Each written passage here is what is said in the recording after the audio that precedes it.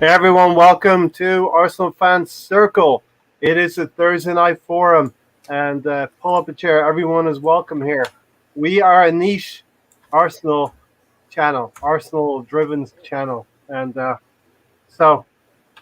take it for what it is. We're a niche, and you'll find something in all of us here. You'll find what is it, Dennis Bergkamp? You find yourself within somewhere. Anyway, help me out here, Gary. I Gary, don't know where you're going with that. You said something about inside me, and I don't know where you're going with that one. yeah, Sorry, yeah, I yeah. sorry, I don't. Hey, we're all smiling. That's a start, right? Welcome, Gary. Let's do the introductions then. Gary, welcome. Hello, everyone. Welcome. Tony, Tony and Sam, welcome. Thank you for having me again. It's a pleasure as always. All right. So listen, Ray was just saying we find more banter here than any other Arsenal channel. more banter indeed, Let's get through a few comments because there was some people in here early. Great to see that. I hope it is a great show, says Ray. I found something interesting on the Premier League website, Gary. Arsenal has signed 6 players. So, you know what that means. It's 3-3 right now with our little bet. Who did they sign? I don't know. The player they signed from Fulham is being counted as a signing. So right now it's 50-50 your bet with Gary. That would be the underage. That would be the underage player. And speaking of underage here, Steve Denham said, "What do you think about Mendy's chat up line? Get your knickers off. I've got a knife." Yeah, not cool, Mendy. Not cool. I hope to catch you guys about 9 if you're still recording. If not, I'll listen later. Yeah. 9, like in 15 minutes? Is that what he means? It could be 9 as in an hour. Central time. Central time. Oh, okay. Tony will be hanging on for dear life, trying to keep us online, and I'll be trying to cut it short at that point in time.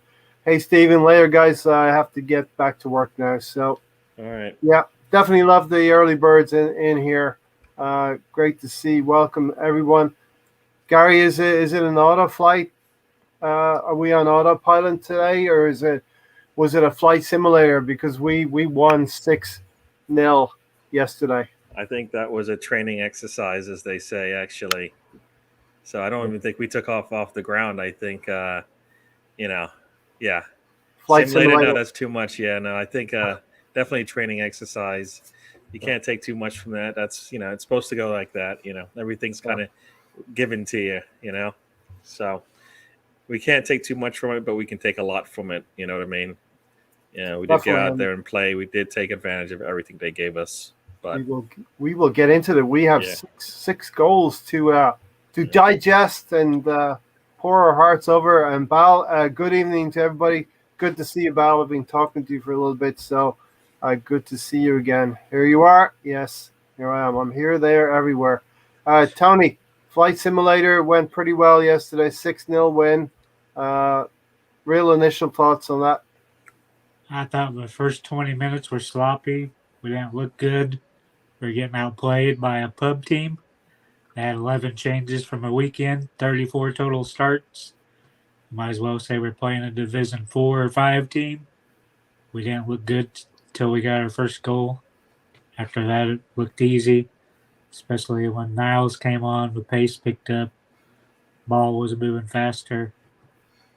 We got the result, but still not too impressed by it. Spot Tony's favorite players, and we all have favorite players. So Tony mentioned Ainsley Maitland-Niles, one of his favorites, and I don't think we'll be able to get through the podcast tonight without mentioning Chambers in one way, shape, or form, right, Tony? Or Lacazette. Yeah, Chambers. Sam, very negative there, sir, says Bal. So Sam, yeah, we have to take this in context, and as Tony said, West Brom have different aims for their season. That's the thing with Tony. He's never happy, is he? I don't think he's ever happy. The only time he's ever going to be happy is I think Lacazette and Chambers do like a little run together through a meadow or something like that, and then they score a goal, and then he'll be happy. Motion. Yeah. Yeah, some kind of slow motion, old kind of film thing or something. I don't know. I mean, come on, Tony. I mean, yeah, we played a pub team, but it still was good to win, though, wasn't it? I mean, it's still a good feeling to score 6 goals and see Aubameyang score a goal again. I mean, it must have felt halfway good. Do you want me to tell what we were saying the first 25 minutes of a game in our? It was crap. The first 20 minutes was crap, but then all of a sudden we got hold of the game and we got 6 goals. Right? I mean, we got to try and look at the positives where we can at the moment. We're going to grab them. We're going to grab them. We've got to grab them and milk them for what they're worth, right? Yeah. That's what we got to do. Yeah, it's right. I mean, the first 10, 20 minutes didn't look very good. We were letting them have chances against us, but then we scored a goal and we just took over. And from there, I think, we did what we had to do. We had some good chances, some good goals. I know we're going to go through all of that. But overall, we did what we were supposed to do. But that being said, it feels good to score goals again. It's a nice feeling. It's great to see Aubameyang look sharper than he has for a long, long time. Score another typical Aubameyang goal, from the left, curl it into the right corner, lovely goal. Mm-hmm. It's good to see that again. Good feelings. Some decent performances out there from some of the players.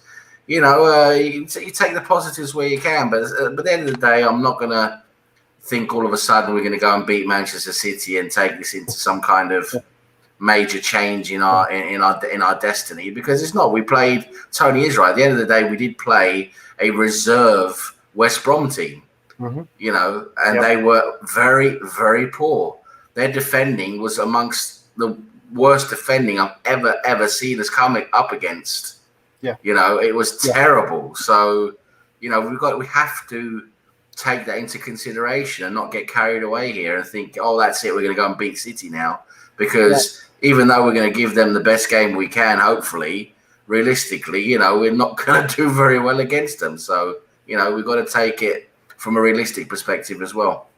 Yeah, so, Sam, definitely it was 11 changes for West Brom from their, Championship League game. It was a big surprise. I seriously thought they would maybe want to try and, go for it, playing Arsenal, be a big scalp to beat Arsenal, go for a trophy and all of that. I really was surprised to see that. I wasn't expecting that from West Brom, but obviously they've decided now that their one sole priority is to regain promotion, because it obviously means so much to them financially and everything. So they've just put all their eggs into that basket. And I must say I was surprised they did that. Yeah, I don't know if a team can turn it off and turn it back on again. And I don't like that plan, because it always seems to backfire. Because, if you get used to losing, get knocked out of these cup matches, I guess they only have one left, right? Then they're done. But you gotta, what do they say, instill a sense of winningness to the team. And anytime you go out there, you should be planning to win a match. Like to replace all 11 and 11 with the U23s, meaning not even like the reserves, right? If they're saying U23s, is that a lot of their reserves that were playing? I don't think so, right? I think it was 34 total starts between the 11 of them. Yeah, so like that, there's no way that's the squad. That's their bench, right? It's a mixture. It's a mixture of their bench and their under 23s. Yeah, basically.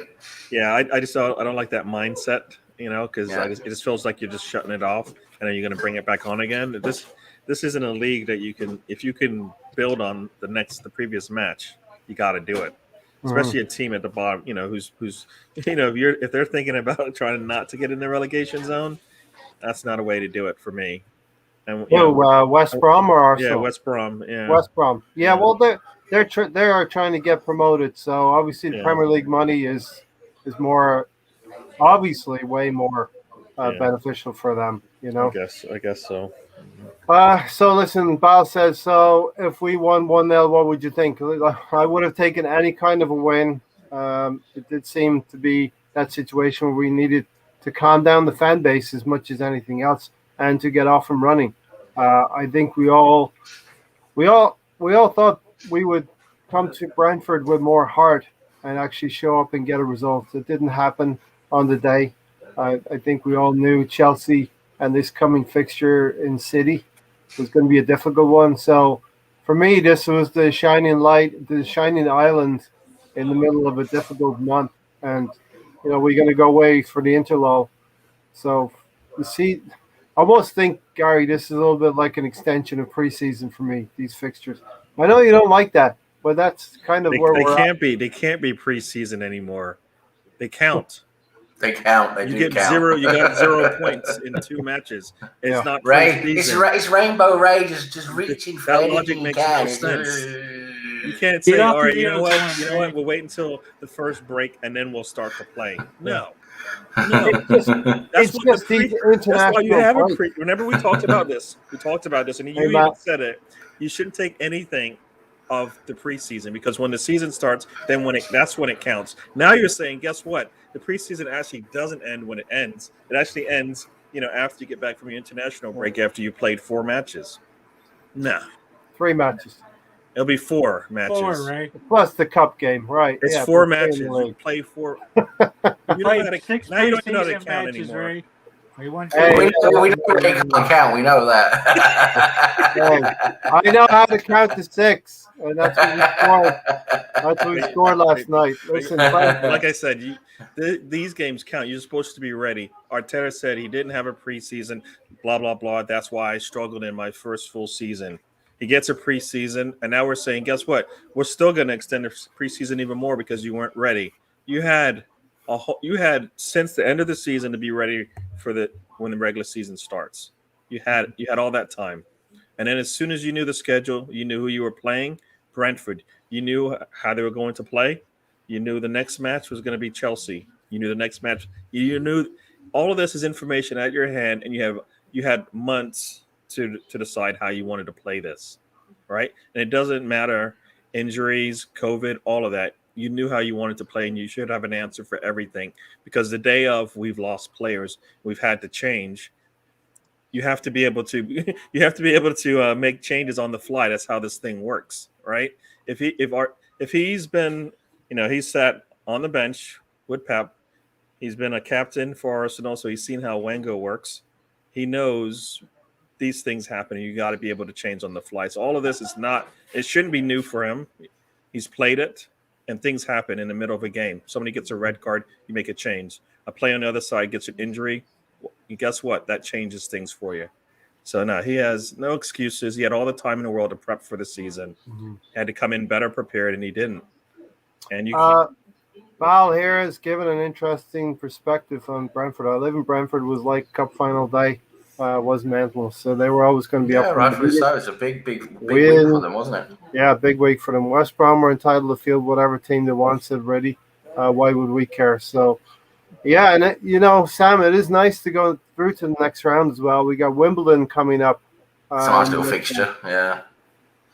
It's a nice little fixture. So what you've got to ask then is do you think, because they're League One, so they're actually a league below, and actually quite far down in the league below West Brom. Yep. So they're quite far down again in level from where West Brom are. I'm pretty sure AFC Wimbledon will be fielding their full team though. I don't think they're going to go with their reserves. But that being said, it'd be interesting to see what Mikel does because for me again, you just got to put out the strongest team you can that you have available. And just go for it, I think if we start putting reserves out there, and youngsters, that's when things can start to become a bit messy again. And if we lose against the AFC Wimbledon at home at the Emirates, I mean that is just that'll be an atrocious result, wouldn't it? Yeah. Late September that fixture's going to be. Sam, I wanted to mention Wimbledon because I remember Wimbledon in the 90s, and Sam Hammam wanted to the crazy game. He wanted to maybe move Wimbledon over to Dublin, where I was. The crazy game, my God, Sam Hammam, what a crazy owner he was, and he had a crazy team, and they were known for being crazy, right? And they won a few games, they had a few decent seasons. Pretty effective under Joe Kinnear. Yeah, definitely. But listen, Tony, let's get back to the game. Let's analyze the 6 goals. As Sam said, Saka did some nice work on the inside left, took a great shot. The goalkeeper parried, and Aubameyang did use his lightning quick reflexes to get to the rebound ahead of the defender. Yeah, you got to the ball quick, but any of us could have tapped that ball in. Mm-hmm. Yeah. And negative Tony again. You can tap it in, but you have to get yourself in position to tap it in. I thought what more desire. what I liked about that goal was, and I mentioned this in our chat as well. What I liked about that goal is, yes, it's a very easy goal, and it is a striker's goal. That's his job, is to get to that ball, right? That is his job. Of course he is. And yes, if we were presented with if any of us here were presented with that opportunity, we probably would be able to score. But that being said, the way he anticipated it and managed to get ahead of the defender like that quicker. The point being, he moved a lot quicker than I've seen Aubameyang move for a long time.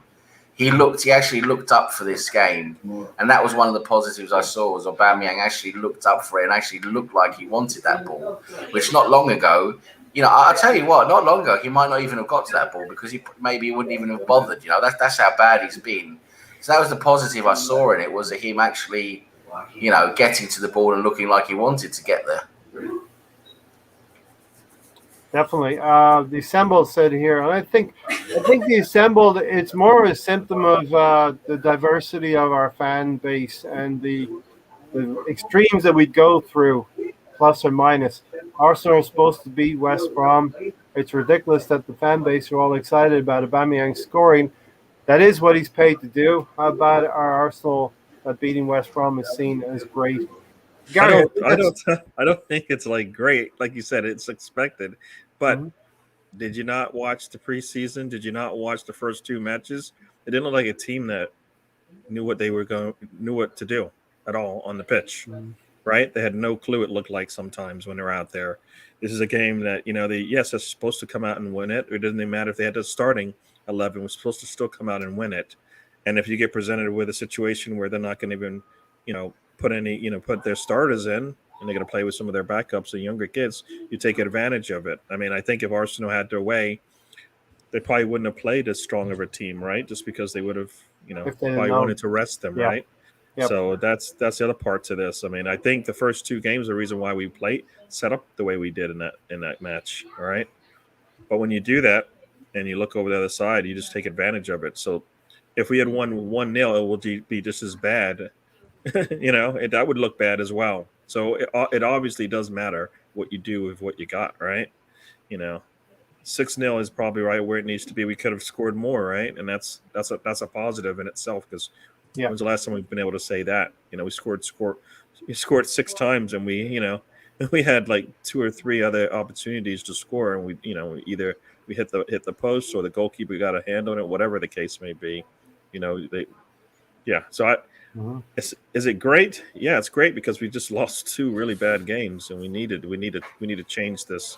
We need to start trending upwards, and the way you do that is with a win. So it's great in that sense. Is it like the best thing? Is it like beating a top tier team? No, that's not what it's all about right now. So just about getting out there and being able to execute what the manager's giving you, and we did that. We did that. I mean, it took a little while, like you guys have said, until like 20 minutes or so into the match, we finally did start, imposing our will on the game, and then that was it, all over, right? And I've been saying that all last season.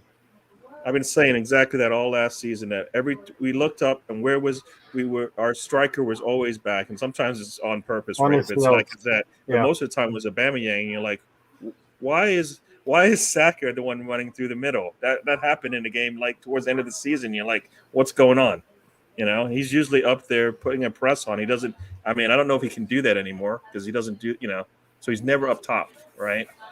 So yeah, usually when that ball comes off the goalie's hand, there's no Arsenal players in the box that even to get close. So that's a plus in itself. And yeah, maybe it is West Brom's U23, and that's the reason why it looks like that. But it shouldn't matter. We should be able to still get into the box on any team, right? So I don't think that's for me. I was just going to ask, when was the last time we scored 6 goals? Mm-hmm. I mean, that's a while ago now, isn't it? I think. Yeah. I mean, if any statisticians are able to go back into the archives and tell us when we actually scored 6 goals, I can't remember, Sam. Is the short answer. I'm just trying to think off the top of my head. You had that Middlesbrough game quite a lot. That's a long time ago.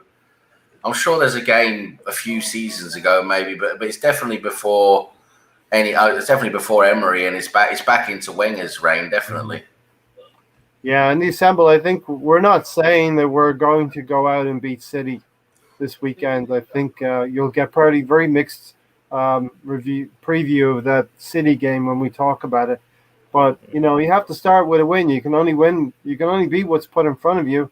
And if the other team put a team of youngsters out, we showed that we could be efficient, and we probably should have scored, as Gary said, more than 6 goals yesterday. Tony, I like the forward mix, the mix of forward players: Ødegaard, Saka on the left, Pepe on the right, and Aubameyang the spearhead. Yeah, I'd probably flip Smith Rowe and Pepe. I like Pepe better on the left. But other than that, I like the mix. It's nice when they're interacting, making changes, swapping through there. I still think Smith Rowe has a future down the middle. I think that might be his best place since he can play anywhere. He's athletic. I think he could have a future back there. Yeah, and there's going to be plenty of games, Sam, that we're going to see Emil Smith Rowe down the middle. But of course they're going to be. I think it's going to be a matter of fitness. It's going to be a matter of who we're playing. Some tactical decisions there, because you can play both Ødegaard and Smith Rowe together. You can. We've done that before successfully, and at the same time, like we saw not last night, but the other night. Blackpool 2010, right? So that's 11 years ago. So it's a while ago, isn't it? We scored 6 goals. Big up, Reddy. Yeah, well done, Reddy, for finding that out. Nice one. Anyway, So and we saw. I'll tell you what, Ødegaard came in, and I mean, did we miss Smith Rowe? No, we didn't. Right? I mean, Ødegaard just came straight in, and it was like we didn't miss a heartbeat. It was like he hadn't missed a heartbeat for Arsenal. And this is what pisses me off: is if that had been anyone else, it would have got so much, so much smoke up their arse, and so much bloody, all this, incredible, what amazing game and everything. But because Ødegaard and people have decided, he's not starting for Real Madrid, so he has to be crap. I mean, it just annoys the hell out of me, because he came in and it's like we hadn't even missed him, right? It's like he hadn't even stopped playing for us. He just came straight in, gelled in, and then he had that really, really fantastic, we'll probably talk about that later, that fantastic assist, that back-heeled assist. I mean, that's 100%, inspired creativity right there. I mean, like I wrote in my tweet, if Emil Smith Rowe or Özil had done that, it would have been some kind of circle jerk online for 2 months or something. I mean, but because it's Ødegaard, it's like, I mean, just that hypocrisy really pisses me off. Bargov having a dig at you a little bit there. Automatically, Ødegaard's lawyer. Bargov, listen, mate. He's his marketing and PR guy for Ødegaard. I think people need to really start looking at the way he's playing and what he does. Not just look at how many assists have you got, how many goals have you got, but everything in between, the whole picture. And people just don't see it, and it just pisses me off. And what about yesterday? He got an assist, and he got a back-heeled assist. Yep. That was like FIFA street football, and it's still not good enough for some people. Well, no, No, I was gonna say, think about this. Did you not see our preseason? Did you not see our first 2 matches of the season? Yeah. What do you want? Yeah. If we had gone out and won our first 2 matches and then come out and won 6, we would have been happy. We would have been really more happy than we are now, right? Mm-hmm. It doesn't matter who we were playing. I think. We just lost the first 2 matches terribly. It looked like nothing. Mm-hmm. At least it looks like we have something there. And guess what? Aubameyang's going to get that same shot in the rest of this season, and maybe it'll be easy for him now because he's seen the ball go in the net. Right, that's what we were saying last season when he was struggling. Right, maybe he just needs to see the ball go in the net, and then maybe that will shake the rust off and the cobwebs out, and then he'll get it going. And that's what you need, right? Exactly. This match is how the preseason is supposed to look. Right, you come out, you play a team like we should have played. Any one of the preseason matches we played should have looked like that. Right, and that's why I'm confused. I thought it was still preseason. Apologies for earlier. getting you all riled up. It's okay. I'm sorry. Hi, Gary. As Steven says here, some of the flicks and clever, quick passing for the forwards was great to watch. I like Pepe and want to see him play week in, week out. Our forward line played well. Pepe showed up then with a through ball from, was it Chambers? Or who played that through ball to Pepe? There was one that I thought it was Chambers, and then there was one that was, wasn't it? No, it wasn't El Neni. Was it El Neni also? El Neni played the assist. I have it on my notes here. So yeah. No, hit the upright. He probably should have scored there himself, but no, he looked good, and that's what we need. We need to see that more and more from him. I mean, he put his head down, and that was, I think he had a lot more space. Whether that was because of the defense or not, who cares? When he's got those opportunities, he's got to take it, right? Yeah. And the passes were coming, right? That's the one thing. The one thing that also was happening is that we were passing that ball forward, and it scared me in the first 20 minutes when we were passing the ball to the other team. I mean, like there wasn't we're in yellow, another team, we're just passing it to them, and it's like, what are we doing? And that was your usual suspects doing that. In the middle of the pitch, right? So it was a mixed team. I don't know if Arteta got the answer or not, but I believe Sambi plays, right? Right? Hopefully that was answered, right? Sambi plays. Yeah. Well, right? Yeah, we all agree. We all agree. That should have been answered in that match.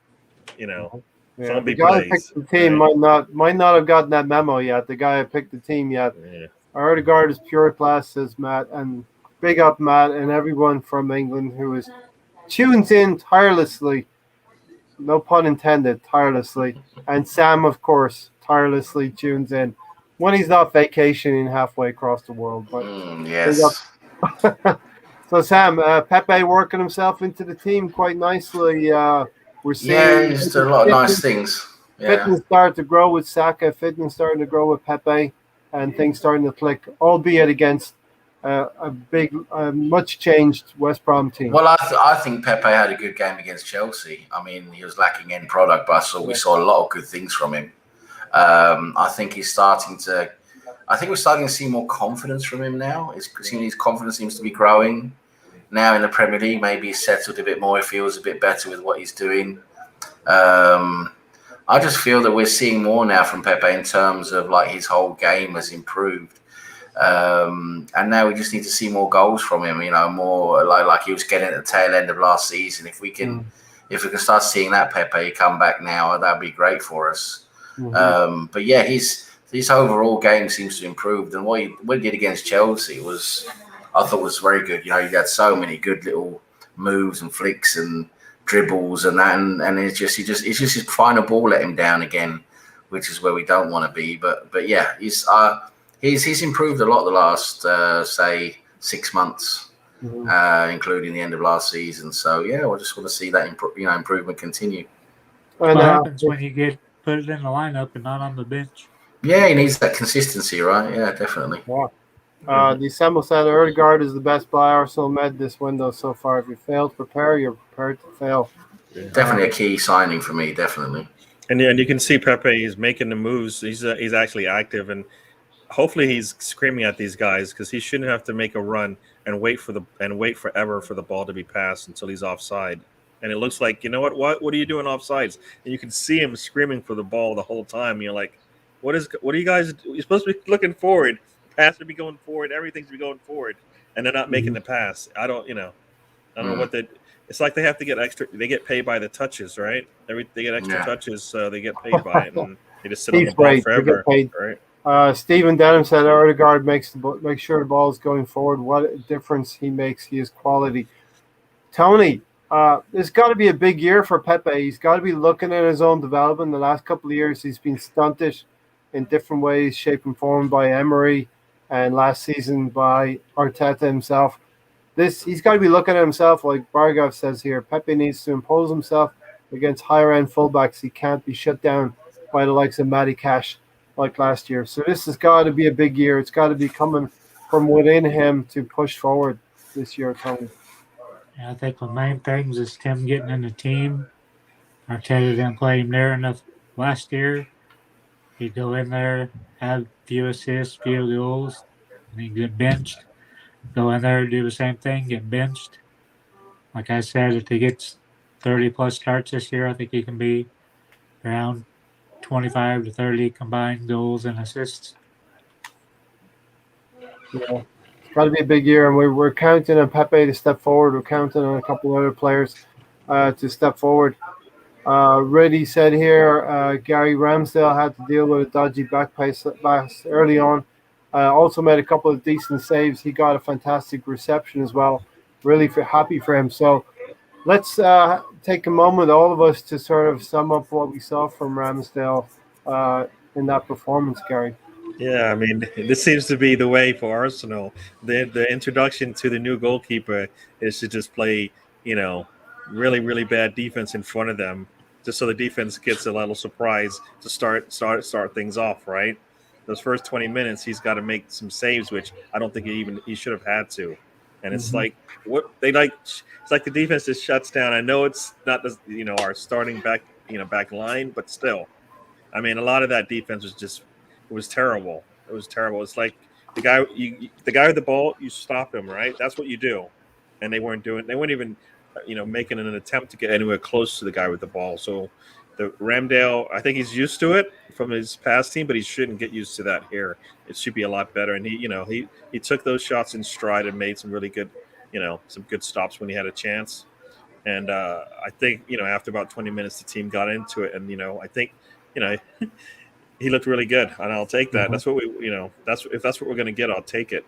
The YouTube videos that I watched of him, I knew that he's got he can make some really good stops if he needs to, and we saw, I don't know if it's just one time or multiple times, but we see him, bypass the back line in the midfield even to get the ball up top so that he can move the ball out, right? I mean, he got the ball right to Erdiger, right? Yeah, Leno's not making that pass. He's not probably even thinking that pass exists. He's not even thinking that's on. He's looking at the three players closest to him, ahead of him, left or right. Yeah, and you got to take advantage of that when it happens. That's the fact that it's West Brom isn't actually the issue. The fact is that there was an opportunity to make the pass and he did it. All right, that's not going to happen all the time in every game, but when it happens, you got to make it because. That means they're pressing you a little high, and you need to get a ball past them, and then boom, next thing you know, you're on the attack, and you've got hopefully the man advantage somewhere on that side of the field. So it looked good. The only for me, the only issue was I just didn't think they needed to spend that much money on a goalkeeper, and now they have two, basically around the same value. Right? Unless they know something, Gary, that we don't. No, it doesn't matter. For me, you would have already had to know that before, right? If you're going to get Ramsdale, because Ramsdale was actually the name came up in the beginning of the transfer window. If you knew that you didn't want Leno, then you're getting Ramsdale to be your starter. For me, that means you're getting Leno out, right? What about option C? Because you need the money, right? What about option C, where Leno did not tell them till late in the window that he may want to leave? That information that he wanted to leave was told well in advance, I believe. I don't think that happened at the end of the window. I don't know. You guys can help me out. It came pretty early. I think it was made pretty early. Wasn't it during the Euros or something? Yeah, there was some rumors coming out during the Euros that he wanted to leave. Yeah, so I think they knew ahead of time, and I think even if they didn't, sounds like they were ready to jump on it as soon as they got that information.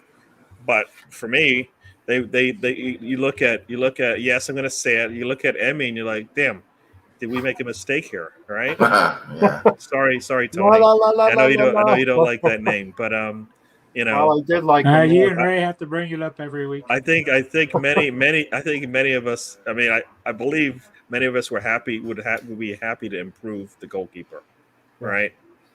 So I do think that Ramsdale was approached early because in his interview with Arsenal, he knew about some interest during the Euros as well.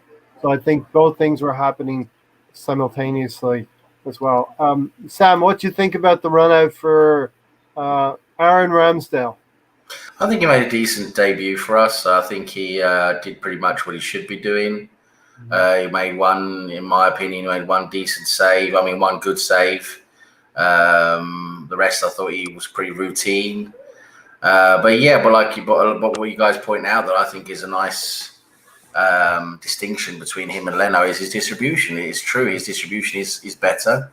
The way he can ping those passes up to the midfield is definitely an advantage for us to advance play quicker, and something that Leno's not very good at doing. Leno's poor at getting the ball beyond the defence. He's really poor at those further options down the field. He's not precise with them at all. His distribution is poor with Leno, to be honest. Mm-hmm. So yeah, I was pretty happy to see Ramsdale be able to do that. I think I saw a lot of confidence he had in himself. I think he feels like going to Arsenal now. There's been a favourite club. It's a favourite club of his.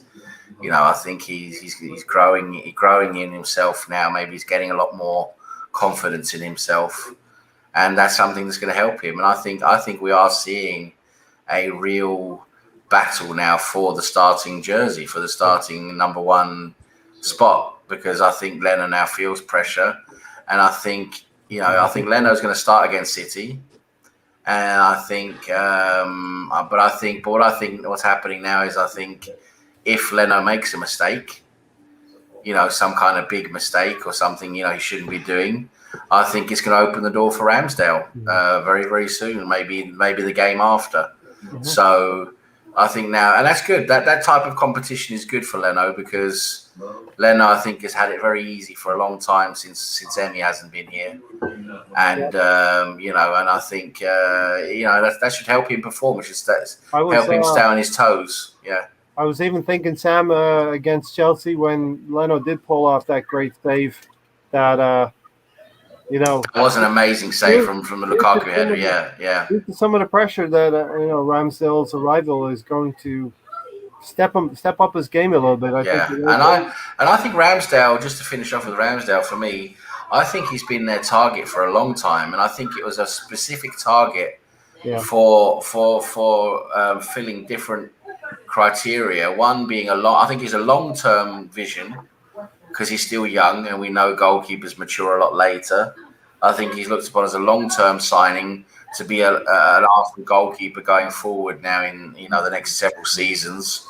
I don't think Leno's going to be here after next summer, to be honest. I think Leno wants to move on next summer and have a new challenge. I think that's what I could see happening. Yeah. So Ramsdale, if Ramsdale does well, then he's going to be our starting goalkeeper, and I think that's part of the vision they've had for him. And then, of course, he meets the homegrown and the and what's it called, the other quota thing that we have to meet anyway. But yeah, he ticks a few of the boxes, right? And I think he's been a specific target they've wanted since the start of the transfer window. Yeah. Matt said here, Pepe doesn't seem to be running into dead ends anymore. Now he seems to be this man who's really going at defenses. He looks more confident for sure.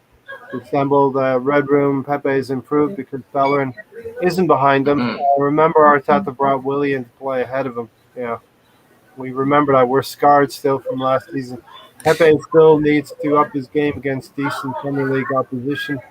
Wasn't good at all against Brentford. Yeah, I think if he's playing in a better team, he's got better players around him, you're going to see. I think Ødegaard really is going to improve his performance as well. Well, Ødegaard finds him, you see. That's the thing. When Pepe makes a run, or he looks like he's going to make a run, Ødegaard will put the ball into the channel to him. Ødegaard picks up those runs, and that's why we have a lot more forward movement with Ødegaard, is because he looks at that movement and plays to it, whereas other players we have don't. They just pass sideways or backwards, right? That's the thing. It makes you wonder what is being told to those players when they miss those passes and they go back and they supposedly practice and work on the things that they didn't do in the previous match. That when you bring in Martin, I don't want to mess this in. Martin, yeah. You bring in Martin, and then he does make the forward pass, and you're like, why aren't you doing that when you get the ball, right? The first thought should be, I need to get this ball forward. The thing that I also see a lot is there is nobody in front of them. There's a defender off to the right or left, depending on what side of the field they're at. But there is nobody in front of them, and they just stop and go back. It doesn't matter. And it's like if they just take the ball up the side of the side of the touchline or whatever, maybe you could put some pressure on the defense. But they just stop. It's like they've got it programmed that they just cannot put any pressure on the defense and move the ball up the pitch. Yeah. Lumbercamp said Oba was on fire against West Brom. Hopefully, I can kickstart his form in the league. Tony, I got to go to you to finish out the Ramsdale, because you'll remember that and hold it against me. What did you think of Aaron Ramsdale's debut for Arsenal? I thought he did very good, especially the first 20 minutes. But the defense at one point broke out in a game of pong, passing it sideways, just back and forth, and he got under constant pressure. I think he did very good. I like him using the long balls. Leno kind of used a couple long balls last week too. Looks like we're going away from just constantly passing it up from the back.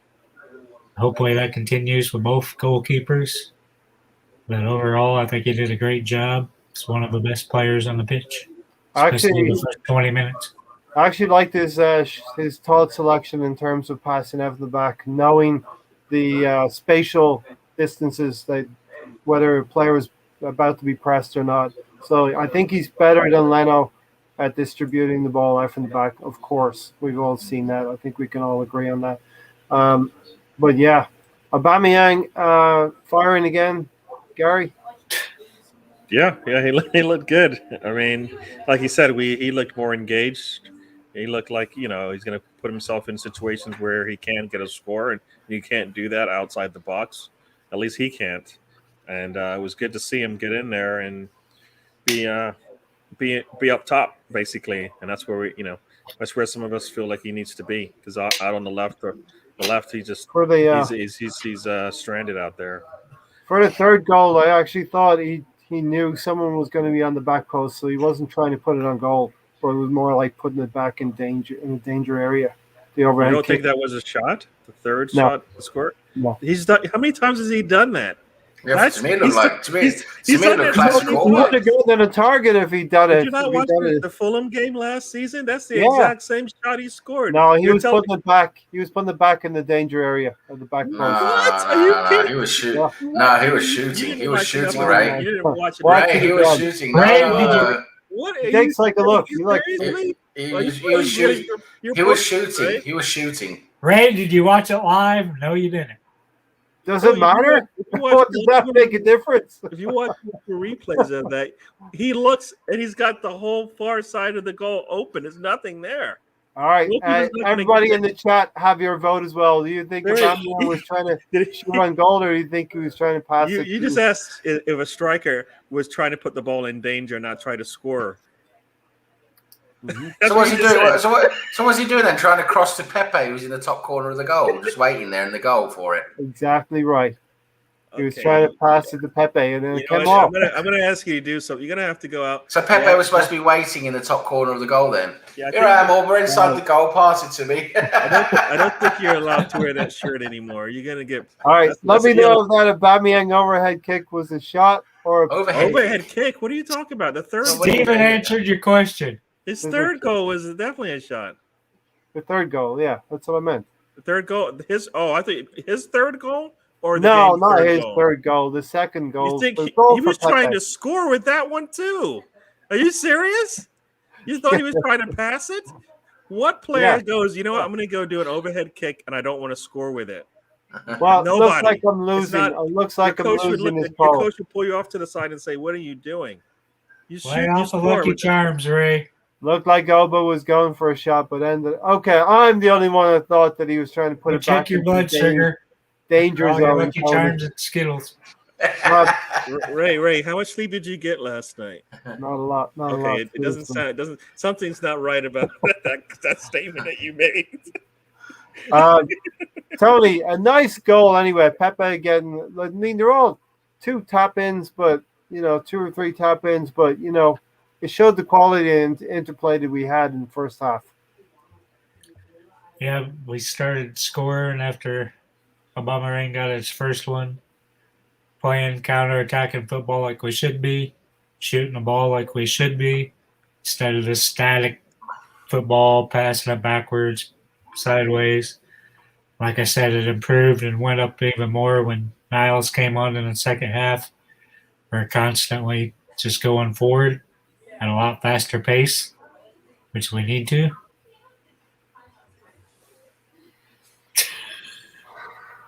Yeah, right. It's Aubameyang's special, brilliant special awareness. Okay, listen, I'm not winning this debate. It's a small.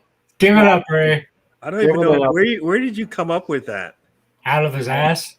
Apparently, when you don't watch it live, it's a different set of footage. What do you know? Tony said that. Did you watch it live? Does it make a difference? He was joking, Ray. Ray, he was. Hey, I'm entitled to my opinion, right, Sam? Yes, you are. And unfortunately, it's wrong. All right, Sam. 3-0 at halftime. We're pretty happy. 3-0 on this. 3-0 on this. Yeah, I'm losing 3-0. 3-0. I'm West Bromwich Albion tonight. It was very surprising. I thought the way the game unfolded was quite surprising because, as we've said previously, the first 15, 20 minutes, West Brom were causing some problems for us. But then when we started scoring, that was it. It was like they gave up really, and they sort of lost their heads. But yeah, I mean, 3-0 was always a nice scoreline to go in at half time. I did think we was going to start making some substitutions then a bit earlier because I think Arteta. This is another thing with Arteta. He should have at that time seen that this is really a game that's going our way. We're 3-0 up. We can maybe take some chances. Rest some players. Use some of our bench early because he could see what the game was.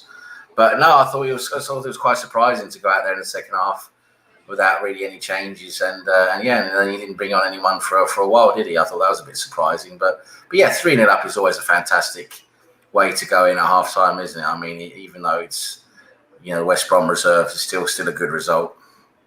I'll stay with you, Sam. Then Ødegaard, great assist for Saka, and Saka. Yeah, we've been wanting to see some end product from Saka as well. I think what we're going to be seeing more and more with Ødegaard is we're going to see him linking up better with Saka, with Pepe, with the forward players around him because he has that cohesion with these guys, and he can play football. This kid's a baller. I know I keep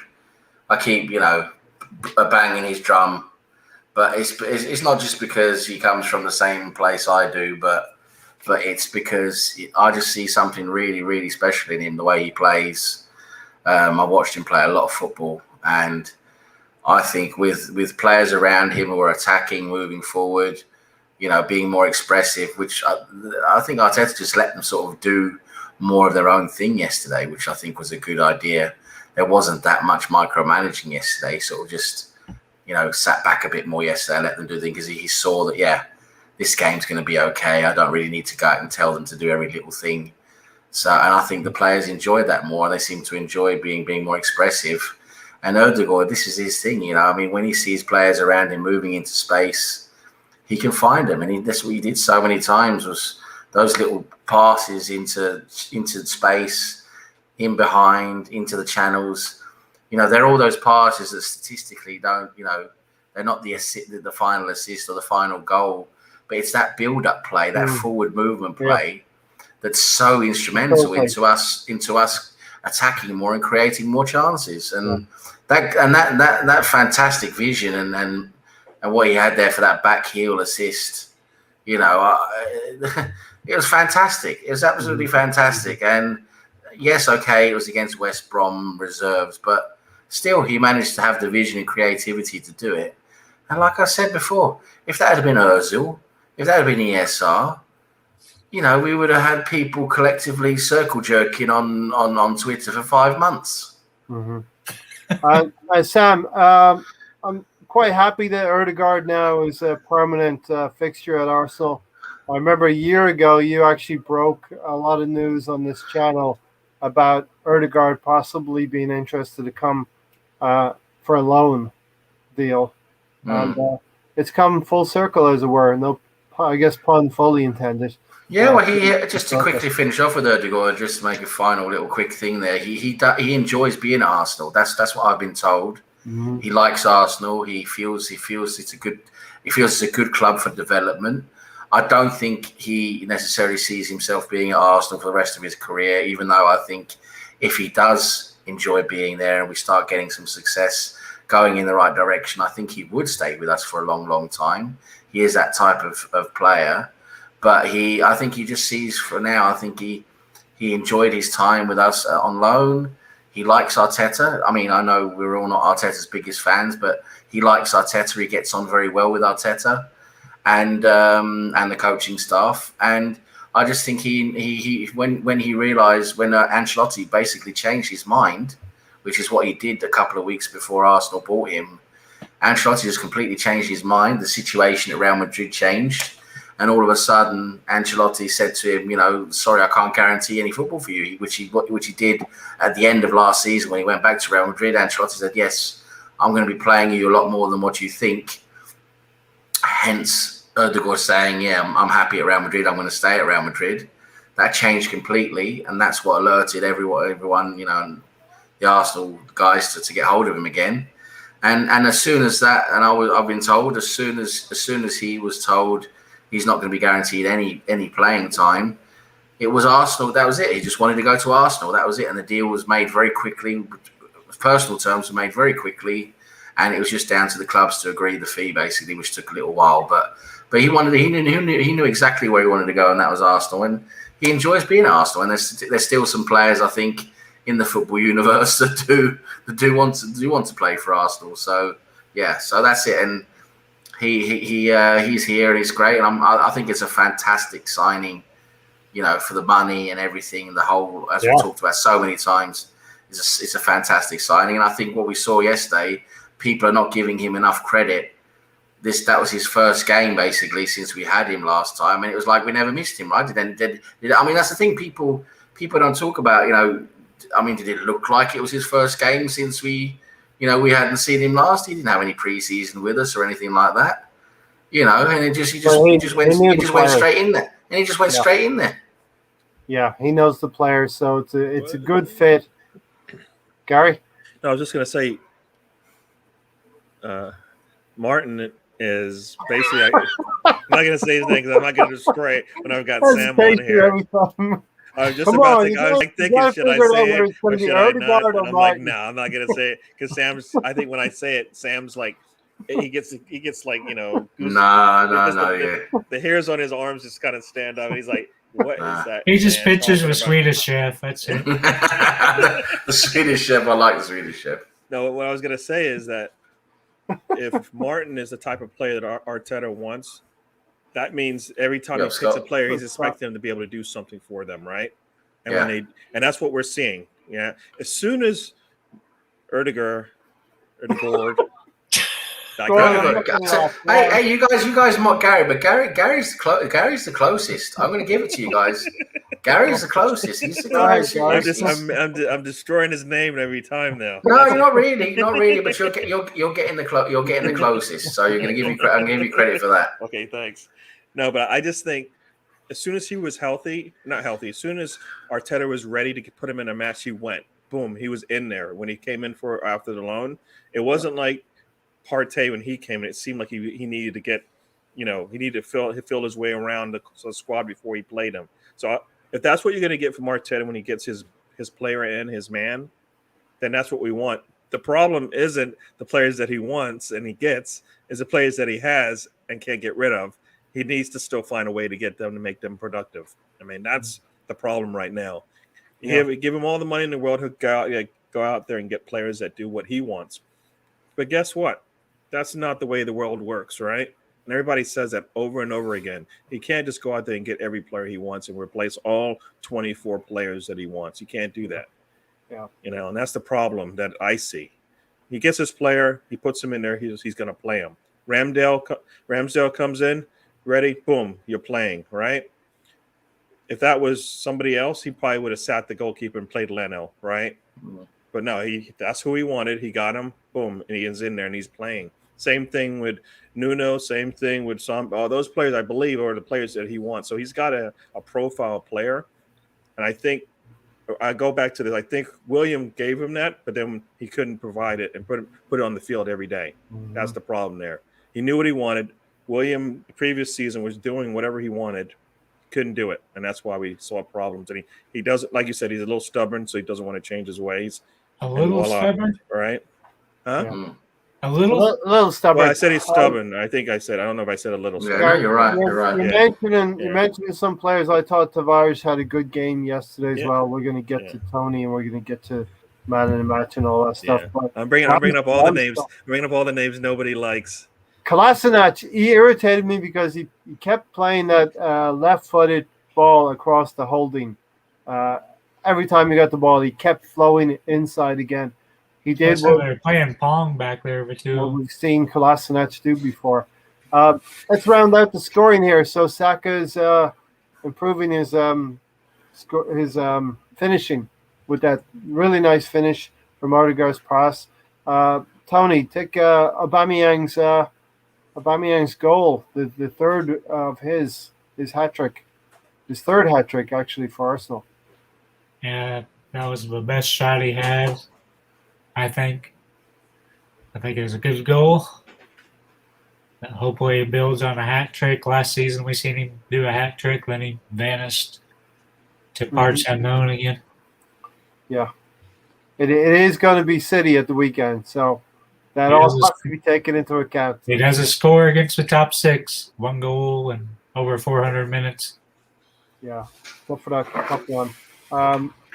Gary, Aubameyang, really nice goal, and he needed to get a few goals yesterday. Yeah, that was the goal I was talking about the whole time. So I don't know. Yeah, we were talking about the first half, and you were fast forwarding. I'm sorry about that, but that's the goal.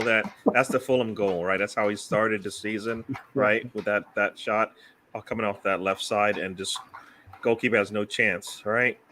So that's where we need him to be, and he's never there, right? He wasn't there last season. Towards it, after the Fulham game, he was never there again, right?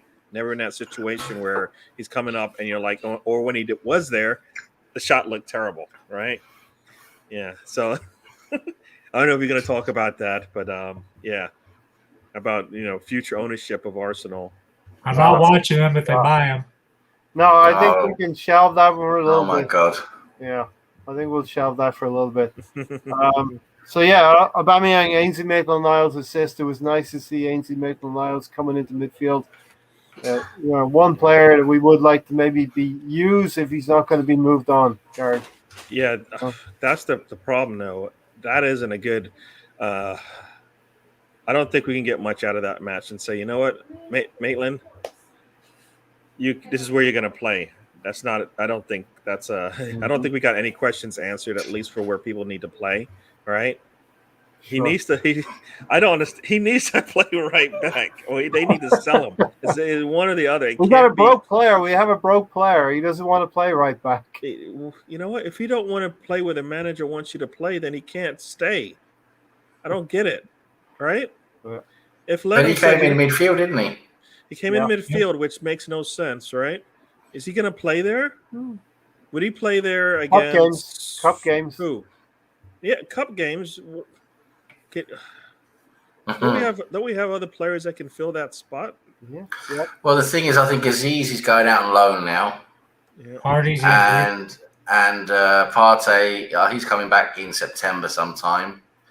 So at the moment we are lacking. Unless we bring in that extra midfielder that we've been talking about for a long time, we are a bit short, aren't we? And Maitland-Niles can at least plug that hole for now. We do need someone there in case to do that. Of course, I'd rather cash in on him. I would. If I had to choose, I would cash in on him. But since people aren't exactly banging our door down for him and offering us any money for him, so I would say then at least keep him as a squad player. Yeah, but nobody's looking at what they've seen on tape and go, you know what, he looks like a good midfielder for me. Well, no, because he's not a starter, is he? He's far from a starter. He's third or fourth string. So, but at the end of the day, if we're not bringing in anybody, which at the moment it looks like we're not, we might still. But if we're not bringing in any other midfielders, then at least he's a decent option because he actually still has that flexibility, right? I mean, the thing I do like about Maitland-Niles is he can cover 3 or 4 different positions, which is a nice, it's a nice option to have. For me, then, if that's the case, then he should have played right back in this match. Yeah, you know what I mean. Fine. Like I understand he's flexible and can play anywhere, but I think it would have been good to see him play right back. And then if he did want to move him up a little bit to midfield, then you do that later in the match. But I just, I don't think we can. Maybe it's just me. I just don't think you can hold on to him and go, you know what, you're our 3rd, 4th string, midfielder coming off the bench. He's got to be able to play right back. Like that's he can play right back. No, but it's up to Arteta to choose him to do that, isn't it? That's the thing. Mm-hmm. Yeah, I mean, he chooses Tavares to play, and you're like, wait a second, what? Right? So wait a second. So he's not going to back up, Karen. Well, this is the thing with Arteta, isn't it? This thing with Arteta is like it's like a musical circus, isn't it? You don't know what the hell's going on. Who's the clown? Who's the clown? Who's the elephant? Who's the fucking lion? People are actually saying that Arteta is trying to send a signal that he needs a right back and playing all of these weird combinations at right back. Well, we know who the clown is. That's Arteta. He's the main clown. But it makes no sense though, because no, it doesn't make any sense. It makes no sense. At the end of last season, Cedric couldn't get a look in for anything. We were playing God knows whose grandmother instead of him at right back, and he was fully fit. He didn't even get on the bench some of the games. Yeah. Now all of a sudden he's playing. What's and changed? Now all of a sudden, Maitland-Niles comes in and comes into midfield. We don't know what's changed, Larry. We don't know. Why doesn't Aziz come in there? Aziz hasn't actually gone on loan yet, unless he's actually. I don't know if he's actually gone on loan. I've heard there's been talk. I thought he was down there. He's gone. It sounded like he's. I thought he was down there. Okay, fair enough. If he wasn't with us to play, then fair enough. But I'm just saying it would make more sense if some of these other players who are still with us would play. If he wasn't really part of our plans. I don't know. That's the thing with Arteta. As I keep saying, every day that passes, he creates more questions. There's more questions than answers with him with everything. Mm-hmm. Shout out to Stan. I've seen you in the chat, Stan, and welcome here. Big up Stan. Brownie was here earlier. Big up Brownie as well. I don't know if he's still Brownie. Yeah, Brownie was stirring it up. Tony, probably. Round out the scoring here with one of your favorites, Tony. I like to feed the favorites to our panelists here, and Lacazette's one of the favorites for Tony. Yep, one of a trio. A nice finish, a really, really nice finish with Pepe picking him out. And before that, about 45 seconds before, he came really close to having an assist. In 90 seconds, he almost had a goal and assist. He looked very sharp. Makes you wonder if he had COVID or not. He might have been asymptomatic, but came out. I thought he looked really sharp. Probably the best goal of the game. So, isn't that the thing though? You get those spurts from Lacazette, but if you ask him to start the match, he can't do it because no difference. There should be no difference in him coming on like he did and then starting off the match because those opportunities should still be there. So it's like. Past his bedtime. Yeah. That's funny. Daddy I love young Burkhouse, Mikel Binteta. Mikel Binteta is worse than both of them. Yeah.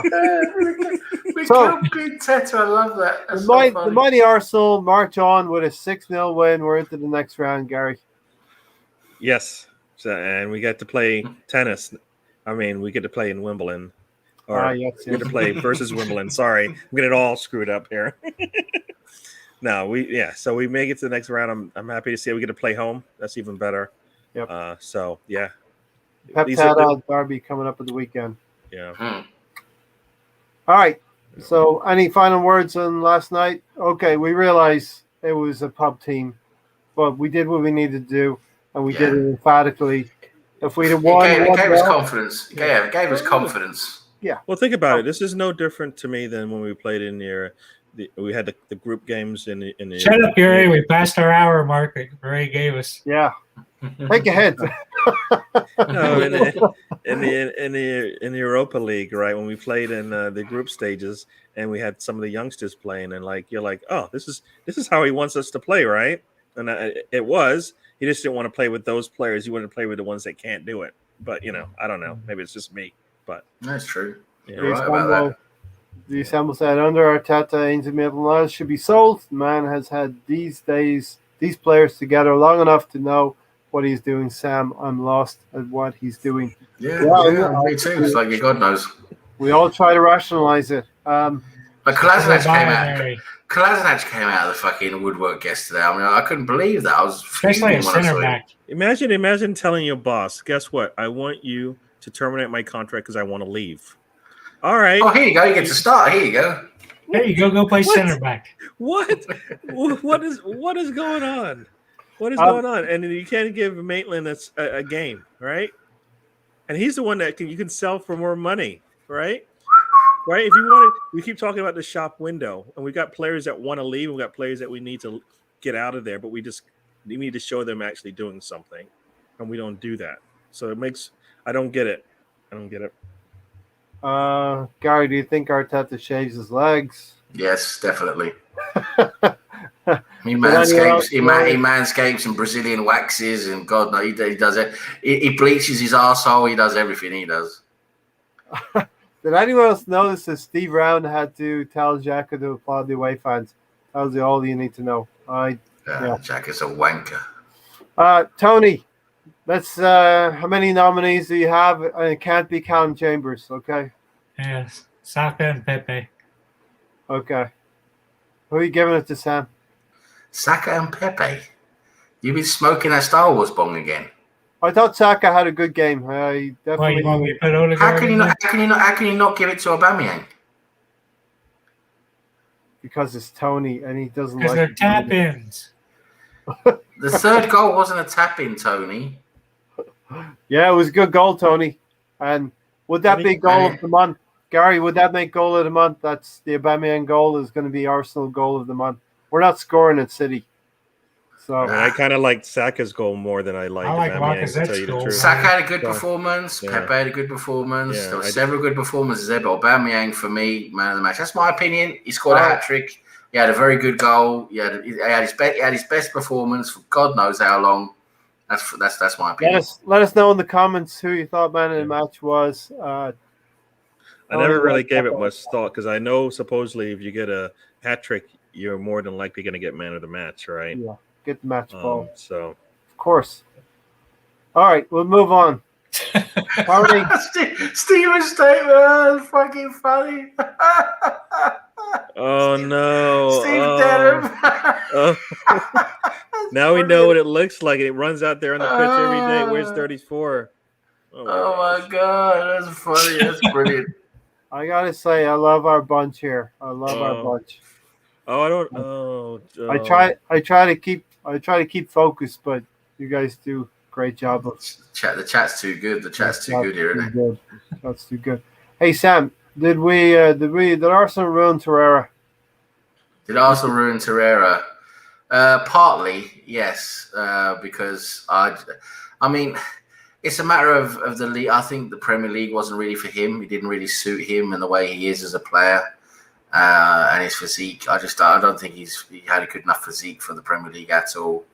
For 6 months. He was always, for me, I always saw him getting bossed. Yeah, he had good tenacity. He was like a Gattuso type player, just running like a little pit bull everywhere. And Rabid Jack Russell Terrier. Always at people's feet, and he was he could get the ball a bit, and he had tenacity and that he looked good like that, but he had no physique. And as soon as the big boys in midfield realized, okay, this guy's he can run a lot, but as soon as I touch him in my body, he flies away like a mosquito.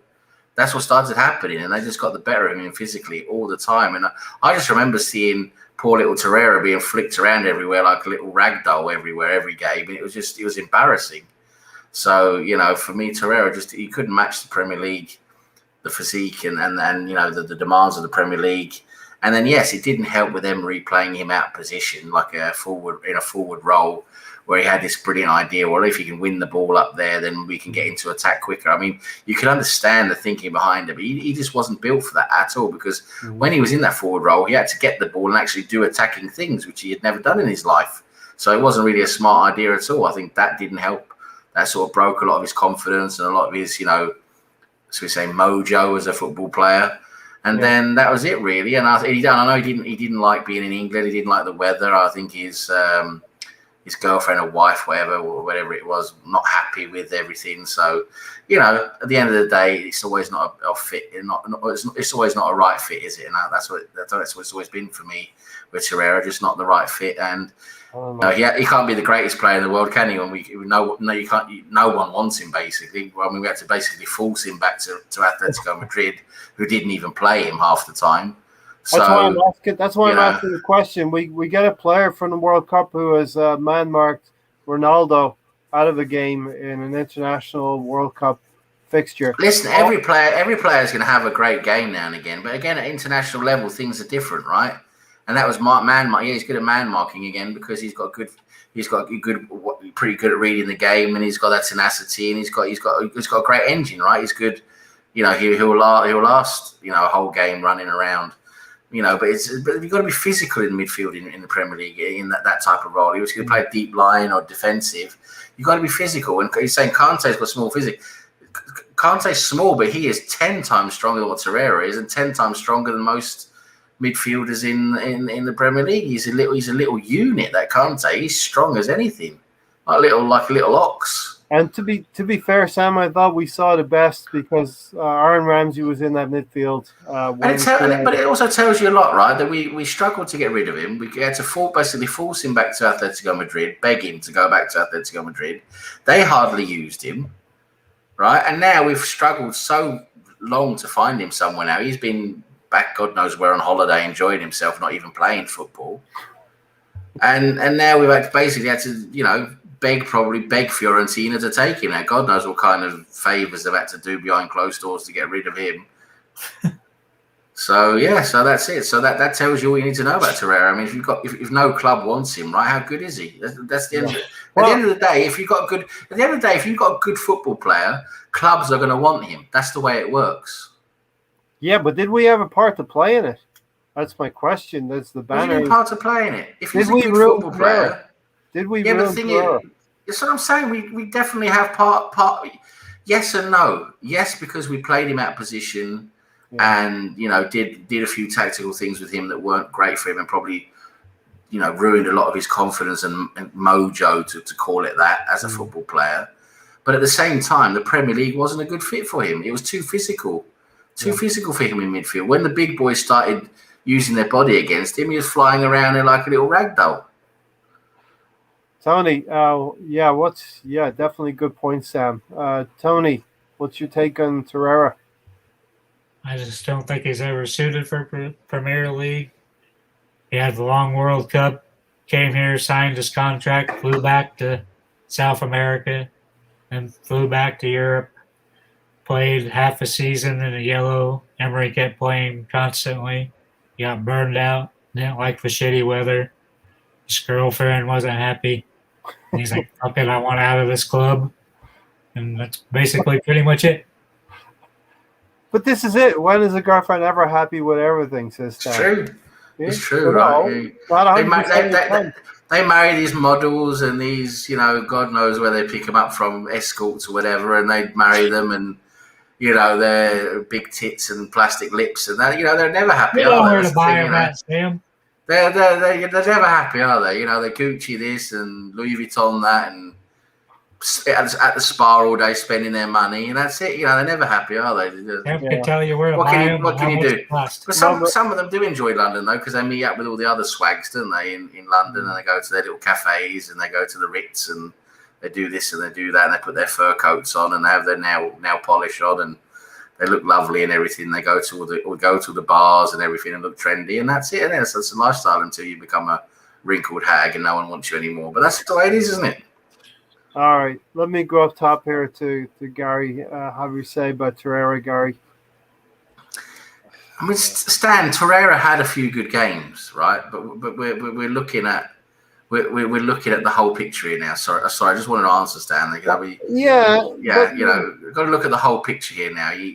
If clubs are not wanting him, right? That's the thing, And yes, he had 2-3 decent games for us, but he had many poor games for us as well.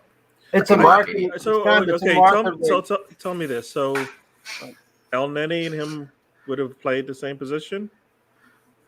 Not really for me. No, that's what I'm saying. Torreira's also played quite often out of position as well, right? Which didn't help him. Could he not have played beside different players? He's playing now. I mean, if Torreira was playing now for us, he'll be playing in El Neni role. Yes, probably, maybe, yeah.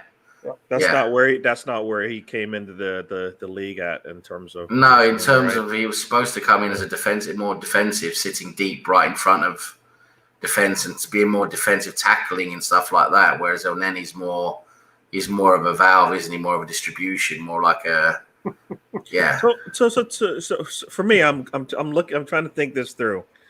I believe Torreira is a better footballer than El Neni. Yep. So I'm trying to figure out why. Isn't it just he didn't have the right coaching and maybe players around him to actually get the best out of him? And that's why he doesn't work, right? Because I believe Torreira is a better footballer than El Neni. Just on the face of it, but when you put them in a game in the Premier League, it's different, isn't it? Yeah, but and then he's gonna get knocked over by. Yeah, but he's not going to be doing things the same way. They're not exactly the same player. They're not doing exactly the same things.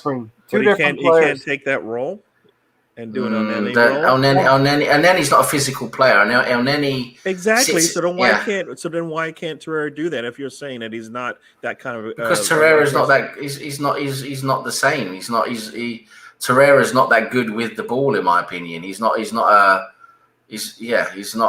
player who can just keep passing the ball. He's not that good with the ball for me, as far as I'm concerned either. So I'm trying to. El Neni is actually very good at getting the ball from a defender and giving it to a midfielder. That's what he's very good at. That's his main role.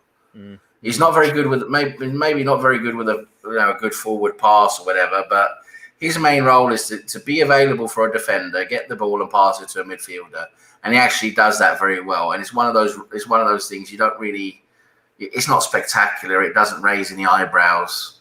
And in my opinion, if Torreira was doing that role, he wouldn't be able to do that as well. He wouldn't be able to do that in the same way. I guess I feel I'm surprised that's kind of what you feel. I kind of felt like he would be able to handle it to some degree, but then his main asset is being tenacious and winning the balls and tackling and being physical.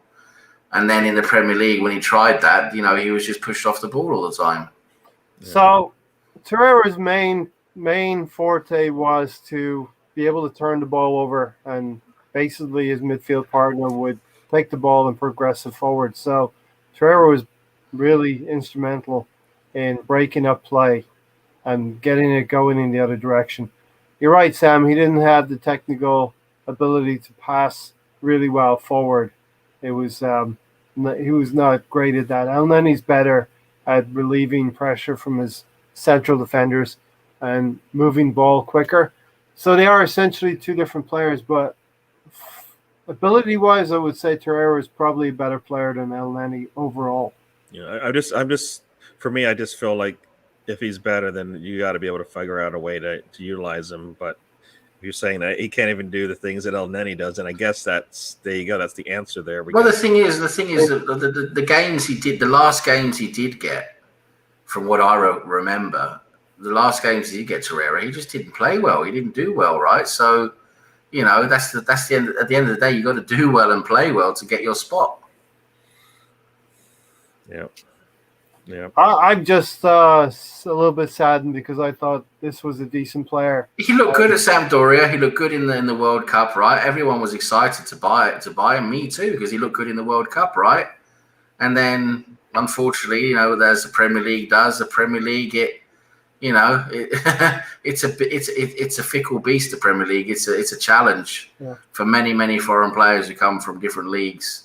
It's a challenge to come to the Premier League and then perform at the top. I mean, I just marvel then at, I guess that's why we marvel at Saka, because I'm like, Saka looks little to me, but he's probably not that little in the sense mentally and physically he can hold up well, because he gets put down multiple times and he still comes back up, and it's like, wow. All right. And Torreira, yes, he's a little small, stocky guy, but I figure some of that's muscle in there, Yeah, he was a muscly guy, and there was obviously a lot of physical stature there with him, but I don't know, he just didn't seem to use it very well in the Premier League. I recall seeing him being bounced off all the time. I think the assembled has summed it up pretty well here. Torreira was he was tenacious, nothing more and nothing less. So he was pretty good at winning the ball back, being tenacious, getting the ball back, but he wasn't able to really use it going forward. I thought he was beneficial to the team if he was used in the right capacity, and I think Emery ruined him by trying to have him impact the team higher up the pitch. Tony's shaking his head like he disagrees with me. And Stan says here, I just think we could have tried harder with Torreira, CDM that runs around putting out fires. And for Arsenal in the last 5 years, I can think of no better player to think that the club actually turned a decent player into a really bad player.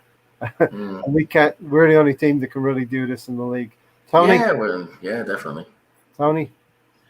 To me, he's a rabid little Jack Russell Terrier. Arteta was never to play him in his proper position. He loves double pivot. He doesn't really deploy a central defensive midfielder. He doesn't fit our system. That's why Arteta loaned him out. That's why I said a couple of weeks ago he didn't have any plans for him. And now he's at Fiorentina. Yeah, it's what they call a cockroach, a cucaracha, right? Mm-hmm. They can survive anything, no matter what. Xhaka, he's the bionic man, isn't he? He's the bionic man. This comment from Lombard Camp, Gary. Crazy how Torreira and Guendouzi were banished, and we're left with Granit Xhaka and Mohamed El Neni. I'm convinced those two could survive. Yeah, and that's another one of the faults is that Arteta has a specific profile of player, and that's if he doesn't get it, or if he thinks he's got it and it doesn't turn out that way, he's gonna basically freeze them out, and basically, like I said all the time, basically devalue them, and he can't sell them, as opposed to I'm going to get something out of this player until I sell him. I mean, that's what most managers will try to do, because it's not that easy just to go out there and say, I'm just going to sell this player. Somebody will pick him up based on what he was supposed to be, even though I never showed that, right? So I kind of feel like, you got to get the best out of your players, even if you want to sell them. Because that's the only way it works, right? I mean, nobody wants to. Why do people not want to pick up Arsenal players? One, when we don't play them, or we play them out of position, or we put them in situations they can't handle, so they look poor, then nobody wants to actually put the money towards that, right? Kind of backfires. So, So, listen, I'm going to duck out for a second. I just want you guys to talk about any possible things that might happen in the next week or so, transfer-wise, and I'll be right back in 2 minutes. All right, I got a list here of some things that popped up. Yeah, I guess we can kind of go through those. I don't know if you saw. So I guess we'll go with Guendouzi, right? And the riot about the stadiums. Yeah, all right. His comments about the stadium and whatnot. Basically saying, what is it he say? The fans in what is it? And are far superior where he plays than at Arsenal. And I'm like, oh, all right. Well, he's just burning bridges now, isn't he? Yeah. I mean, that's what he's doing. So it's a shame, isn't it? Because Guendouzi, I think, is a player who's hard done by. Yes, he had an attitude problem. Yes, I think he could have been handled a lot better by the club and the manager. He could have definitely been given another chance. He didn't do anything anywhere near as bad as what Xhaka did. And here's Xhaka is still our fucking captain again when Aubameyang's not playing. It's just ridiculous the fucking hypocrisy and poor man management and basically the treating different players differently. The inconsistency at Arsenal from Arteta is terrible. That's as part of one of the issues at Arsenal why things aren't working, off the field and possibly being part of the issue on the field as well with players not being happy. So, so it is what it is. I think Guendouzi should have been given a more of a chance because even though he wasn't at his best when the whole issue with Brighton happened, he had a fantastic season under Emery, was one of our better players, very promising. Definitely in that midfield 8 type of role, could have, in my opinion, definitely taken Xhaka's place if we got rid of Xhaka. That's it. We just let him go, and that's it. That's what happens to Guendouzi. I kind of feel like Xhaka tainted Guendouzi in the sense that he was supposed to look up to him, but I don't feel like if I'm going to emulate my game, it's going to be against what Xhaka does. I mean, that's just me. I don't feel like that's what if you go, all right, if you go Guendouzi, here we go. Here's your mentor. It's Xhaka, right? And at that point, and I always go back to it, Xhaka was a walking yellow card. He would get one no matter what. And then the next thing you know, Guendouzi's getting yellow cards, and you're like, okay, so this is rubbing off. These skill sets that he's learning aren't working. And Guendouzi's young pup, right? So he's out there doing his thing, and he thinks he's the man out there, and he isn't.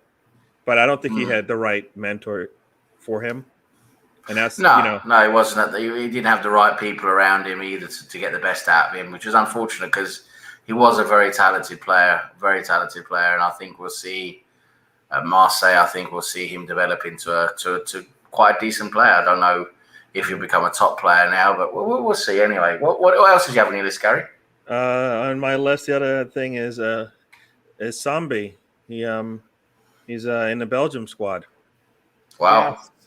Good. That's impressive. That's impressive. Something because he was in the extended squad for the Euros. He was in the put out extended their squad, and he's one of his names. Yeah, right there. That's fantastic because that means he's taken a step up because he was in the extended squad for the Euros, trained with them for a while, and then they trimmed their squad to the main squad for the Euros. He wasn't part of that. But now, if he's part of the international squad now for this break, that's fantastic. That means he's become part of the core squad, and I think it's deserved as well. You see the first 2 games he's had for us. He's looking good. He's looking really good. So I'm happy with him. Really happy with him. Yeah, and that's probably our best player. And that's one of those things where that's why he got 2 Don Juan awards. Well, think about it. That's why you look at him and you're like, all right, please, Arteta, do not change him. Let him let him build on what we've seen so far because we know we can get better out of him. All right, that's what I want. I'm just crossing my fingers and everything I can, all voodoo, everything I can, good voodoo, to hopefully stop him from getting injured because that's the thing that happens to all our good players we bring in, especially the young ones who no one's ever heard of. They come in, start looking really good, and then that's it. They get an ACL or they break a leg or whatever. I just please let Lokonga, Sambi as he likes to be called, please let Sambi stay fit. Let him stay fit so we can enjoy and get a real good player out of him. Remember, Cam said, I think the non-negotiables. Kim Jong-Teta. I love this. You're gonna have to save up these names because we need to. I like Paul Potter. Paul Poteta. Oh my God! That's amazing. How do these things happen? There you go, Poteta. You're all crazy, but we love it. We love it. Watch out for the landmines of Colney. Gary, you got anything else before we move on to the next topic? It looks like William's gone, right? I mean, he's cleaned up his profile at Instagram, yeah. So that's usually the sign, right? Fingers crossed. Do I think Arteta's making players better? Maybe marginally.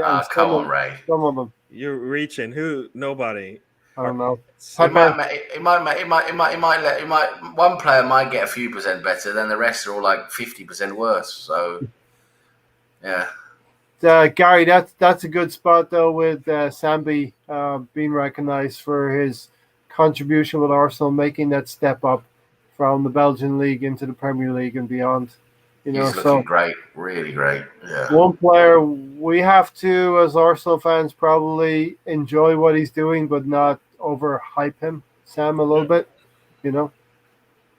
Yeah, I mean, again, we've got to keep our feet on the ground. We can't play him too much, even though you want to, right? Because when he's playing this well, you just want to keep playing him and playing. But we just got to, keep our feet on the ground now and just, ease him in a bit more gently, I think, and hopefully, fingers crossed, touch wood, everything we can to keep him fit. Because we need to keep him fit because he could be a fantastic player for us. Yeah. Definitely. I mean, Arteta probably will rest him anyways when Partey gets healthy. Yeah. Yeah, because Partey, listen, again, another thing, Partey was also looking very good until he got his injury. Unfortunately, he got another injury, but he was looking very good. And he's not supposed to practice until the end of the month, is that right? Like next week? He's supposed to be start back in training now at the end of the month, but he'll probably be match fit sometime during September, probably, Mm-hmm. He should be targeting Norwich, the second week in September. Yeah, hopefully. After the break. Brady said we can call him as many names as we want, but he's not going anywhere. I believe that's true as well, Brady. Whether you wanted to go or not, it's a whole podcast in of itself. We got some other dictators we can call him. We got Tettolini instead of Mussolini. That's a lot. Tettolini. Sounds like a pasta. He's gonna eat some pasta. I had one beer, Tony. That's good. Okay, so upset picks. Sam has last couple of weeks he's gotten out to a nice little comfortable lead there, and we're trailing in his wake there. So Stan, you're in the chats. Maybe think about an upset as we talk through them. And it's the Premier League preview and shock choice. I thought we'd skip City Arsenal and preview that right at the end. Is that okay? No objections. It's your show, right? Do what the fuck you want to. Hey, it's not a dictatorship here. I want to talk about macaroni and cheese recipes. Then, if it's about, I get to. If you said we can control the content, let's do it. Mac and cheese sounds good to me. Mac and just cheese. Just continue with the football. I don't even. All right, Gary. Newcastle versus Southampton. Newcastle versus Southampton. I'm expecting Southampton to be able to win this one. I do, but then I also like, you know what? Did Willock played last match, right? And they lost. So I don't know. This could be a tight one. I'm gonna go with a draw. I'm gonna go with a draw for this one. Actually, now that I think about it, Newcastle were dumped out of the cup as well on penalties against Burnley.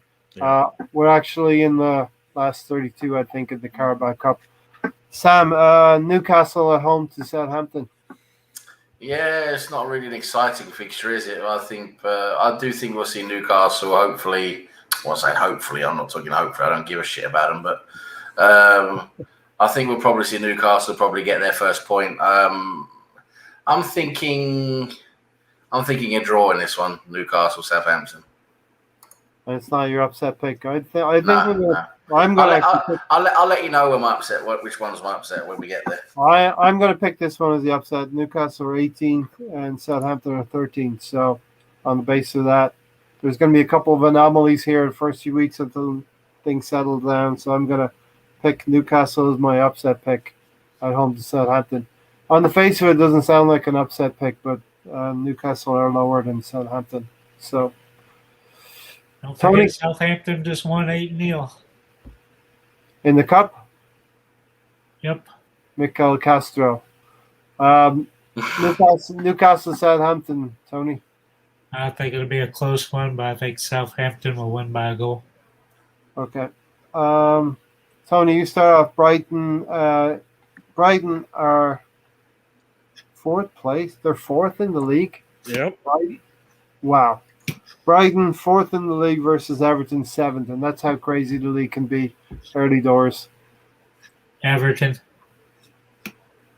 I would probably think Everton could win that game, yeah. Gary? Yeah, I'm thinking Everton will wake up and play like they usually do. So early part of the season, that's usually how they play. So Everton wins this one. Did Everton lose against Leeds, or was it a draw? Draw, I think it was. Yeah, draw 2-2. Yeah. Rafa's unbeaten so far, Sam. Yeah, well, Rafa Benitez is a good manager, isn't he? So he's going to get in there and see what happens at the end of the window for them if they manage to bring in any decent players to supplement their squad. But Rafa Benitez is probably going to get a decent season out of Everton. Do you think they'll win on the day? Let me see. Everton win and a draw. Away Brighton. Yeah, I think Everton. I think Everton are going to win that one. Okay. Sam, West Ham, first in the league. Yeah. They were very, very impressive against Leicester City. Yeah. At home to Palace. Patrick Vieira under a little bit of pressure. I can't see West Ham dropping any points in that game, to be honest. They're playing well. They've scored 8 goals. They're confident. I just can't see them dropping points against Palace. You would hope to see Palace having a reaction for the manager, Patrick Vieira, but but I just think West Ham are too good for them at the moment, right now. I agree with you. Tony? I'm going to go with this as my upset pick. I think it'd be a draw. Palace away from home. They've been good in recent seasons, Gary, but going to West Ham is going to be a tough ask. Yeah, I don't see how. Yeah, West Ham's going to win this one easily, I believe. All right. Yeah. Tony's taking the upset on this one. Yeah. Not a bad one, Tony. It's 13 points. If you get a draw there, it's 6.5 points for you. And we'll see what happens. Gary, Norwich City at home to Leicester. 20th versus 12th. Can I tempt you? Mine is crazy, so I'm going. I think Leicester's going to win this one. I don't. Okay. I know Norwich City is home, but I just don't see it. Nah. I see Leicester going. I see Leicester going there and winning. All right. Yep. Sam? Yeah, I see the same. I just think Leicester are, they're too good for them. Norwich aren't the same team they were last season. I think they're not. I mean, the team they were last time they were in the Premier League, they're not quite there. So they're going to be beaten by Leicester. Yeah, I mean, they're what is it? They're 8 goals. They've given up 8 goals and they've scored none. Yeah. Norwich quite arguably could be more poorly equipped than they were 2 seasons ago when they were in the Premier League. So got to be able to hold on to your good players when you move up like that. I mean, they're starting to lose some of the players that they need, right? And I don't necessarily. I don't know about their defense as a whole if they had a good defense, anyways, but obviously not. Right. And Max Aaron's highly rated as well, right back. God, if we could only get him. I mean, they've had a bad start though, right? They played. Who have they played? Liverpool. They played the two top teams in the league. Now they play City and Liverpool, right? Yeah. And, that's not a good way to start the season and start the Premier League. Put the spin on it. They got 2 of the worst. The biggest hidings out of the way. Tony, Norwich versus Leicester. Leicester. All right. Tony, Aston Villa versus Brentford. 10th versus 8th. Brentford have acquitted themselves quite well. One win against us and a draw in their last game against Villa. I think Aston Villa will win at home. Yeah. I'd go for a draw there, Gary. What do I have for that one? That is, who is this again? Aston Villa, Brentford. Yeah, I have Aston Villa winning this one. It's at home. I think Brentford, they started out okay. They're going to get their first loss on the road. Sam? Yeah, I think Villa's going to beat them. Okay. I'm going to watch this game, Liverpool-Chelsea. This is going to be the game of the weekend, I think. We could. Yeah. Looking for a Lukaku again, are we? To bully Possibly. Van Dijk or Matip? I think those defenders are going to be good against Lukaku because they know how to handle Lukaku probably better than what we did. But it'll be an interesting comparison to. They've got more weapons though. They've got weapons, haven't they, Chelsea? They got more weapons than Lukaku, so it'll be interesting to see. A good title check on their credentials. On their title credentials. Yeah, very much so. You think Chelsea are going to come out of that with a win? That Anfield. Anfield is going to be tough for them. Nah, I don't think Chelsea's going to win at Anfield. I think maybe you'll see a draw in that game. Okay. Tony, how do you see that going? I think Chelsea will go in there and win. A big statement game for Liverpool, I would say. If they're going to hang in any kind of title race, they have to kind of win this game, Gary. Chelsea? Liverpool would have to win this game if they want to hang in the title race. Maybe, maybe not. They don't have to win it. They just can't lose it. But I think that, like you said, I think their defense is a lot better. So yeah, Not a throwaway game, Ray. I couldn't decide on this one, so I'm going to go with a draw. So a draw for Liverpool, Chelsea. Yeah. What was that, Tony? I said it's not a throwaway game. Oh, that's right. It's preseason still, right? It's a throwaway game for Liverpool. Of course it is. Liverpool win and draw. Can't see Chelsea winning at Anfield with a packed stadium. I think there's something in that. Probably Chelsea are good enough to take a draw. I'm thinking 0-0 or 1-1. Okay. Gary, Burnley at home to Leeds United. 17th versus 15th. Yeah, I know. How's Leeds doing right Sunday, now? 15th. They drew with Everton and lost the first game to United 6-5 or 6-1. Oh, United. Remember they lost to United opening day. Yeah. No, I see. I think I have Leeds winning this one. So. You think you do, or you do? I have them winning. Yeah, all right, we're getting close to the end here. So, Tottenham, what? Did I go to you, Sam? I think Burnley Leeds is probably a draw for me. Yeah, Burnley either, right? Oh, you know what? I do have it as a draw. I can't read my own. I do have it as a draw. All right, Tony. Burnley, Leeds. Leeds. All right. Tony, Tottenham at home to Watford. Come on, Watford. It's going to be Tottenham. Who knows? I haven't played well again. I don't like to hear that. I want to see Watford upset them. 1-1 draw here for me. Sorry. Watford's not winning. Sam? Yeah, even though I'd love the Scum to lose, I just can't see them losing against Watford. To be honest, it's going to be a draw or most likely a Spuds win. Rennie's gone for a 2-1 win for Watford. We might be even podcasting at that time or closely after that. So we'll keep an eye on for that one. Did I get to everyone? Tottenham, Watford, yeah. Yep. Wolves, Man United, Gary. That's your pick, is it? No, it's the last one. Can't be the last one. Arsenal. Oh, you can't be the last one. Second last one, okay.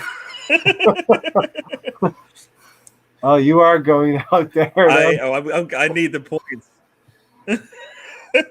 I didn't like any of these upset picks really this week because I think right now a lot of these matches are like 3 and 4 places between them. So if I do miss out, I'm not missing out by much unless what is it? Tony, you had the big one, is it? Yep. Yeah. Tony has Palace versus West Ham. Yeah. Tony went balls out. I see this. I see. Mind the gap, Tony. Mind the gap. I don't see the Wolves beating Manchester United unless what do you call him, Sam? The guy, the greased up guy, the wrestler. What's his name? Adama Torre. The rugby player. The rugby player. Sorry, that's what it is. If he could put a shot, he won't be on steroids. If he can put a shot between the posts, Like it doesn't even have to. Just try to get it between the posts. He couldn't hit the ground if he fell out of fucking plane. He couldn't. I mean, it's amazing how he could miss the goal. And I'm like, dude, you did all the hard work. Now just put the ball between the two. He's powerful. He's fast. You stick him in front of goal. He doesn't know what the hell he's doing. Or tell him to shoot the other. Tell him to shoot, wide right, because then he'll probably score. Yeah, compensate. Yeah. All right, Wolves, Man United. What are you going for, Gary? Yeah, Wolves aren't winning, and Wolves aren't drawn either. Yeah. I think I'm going to go for a draw there. Yeah, United slipped up against Southampton last weekend. We'll go for another draw there. Is that your upset pick? No, I picked already Newcastle. Sam, what have you got? So this is my upset pick. I think Wolves are going to get points against United. Okay. There you go. Interesting. All right, Tony. Manchester. All right. So Gary, I think you already gave your verdict on Wolves, Man United, right? Yep. Okay, Gary, for the third time. So Gary, you are going for Arsenal versus City for 10 points. Okay. Yeah. And now we can preview Arsenal versus City. What's your? Now I'm going to say everything terrible about it. What's the rationale now, Gary? For thinking we'll go into the end. One, it was the as I say, the pot odds. I just didn't like. This is the only one I could see actually happening. I know it's far fetched based on the way we started the season. I know we're playing on the road. We're all going for a big squad. Point. But that's the point. I mean, that's the point. We're expecting this one to be a loss. So, everybody's expecting it to be a loss. Easy. And Arsenal always give you something unexpected, right? So I'm expecting a surprise, right? I mean, maybe he'll do what he usually does. He's supposed to play 3 at the back. In the last match, he didn't do it. He's always a game late, so maybe he does it this game, And then, he's able to at least control the match to some degree by having, more defensive solidity there.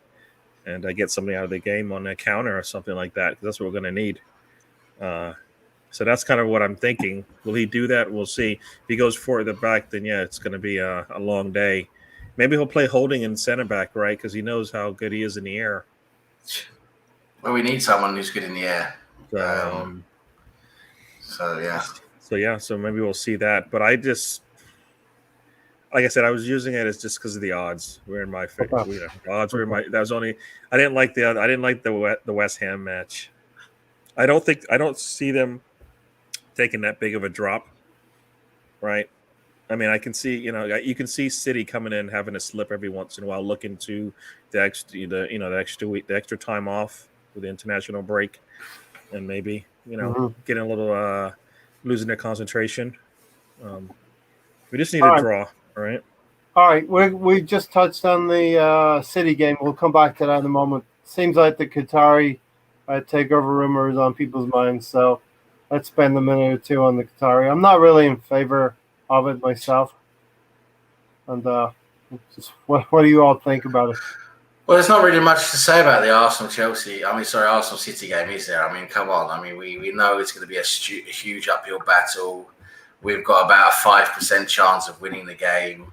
Maybe it's I mean, there's not really much point in talking a lot about it, really, because it's been there, done that, seen that. Yes, do we want to win? Of course.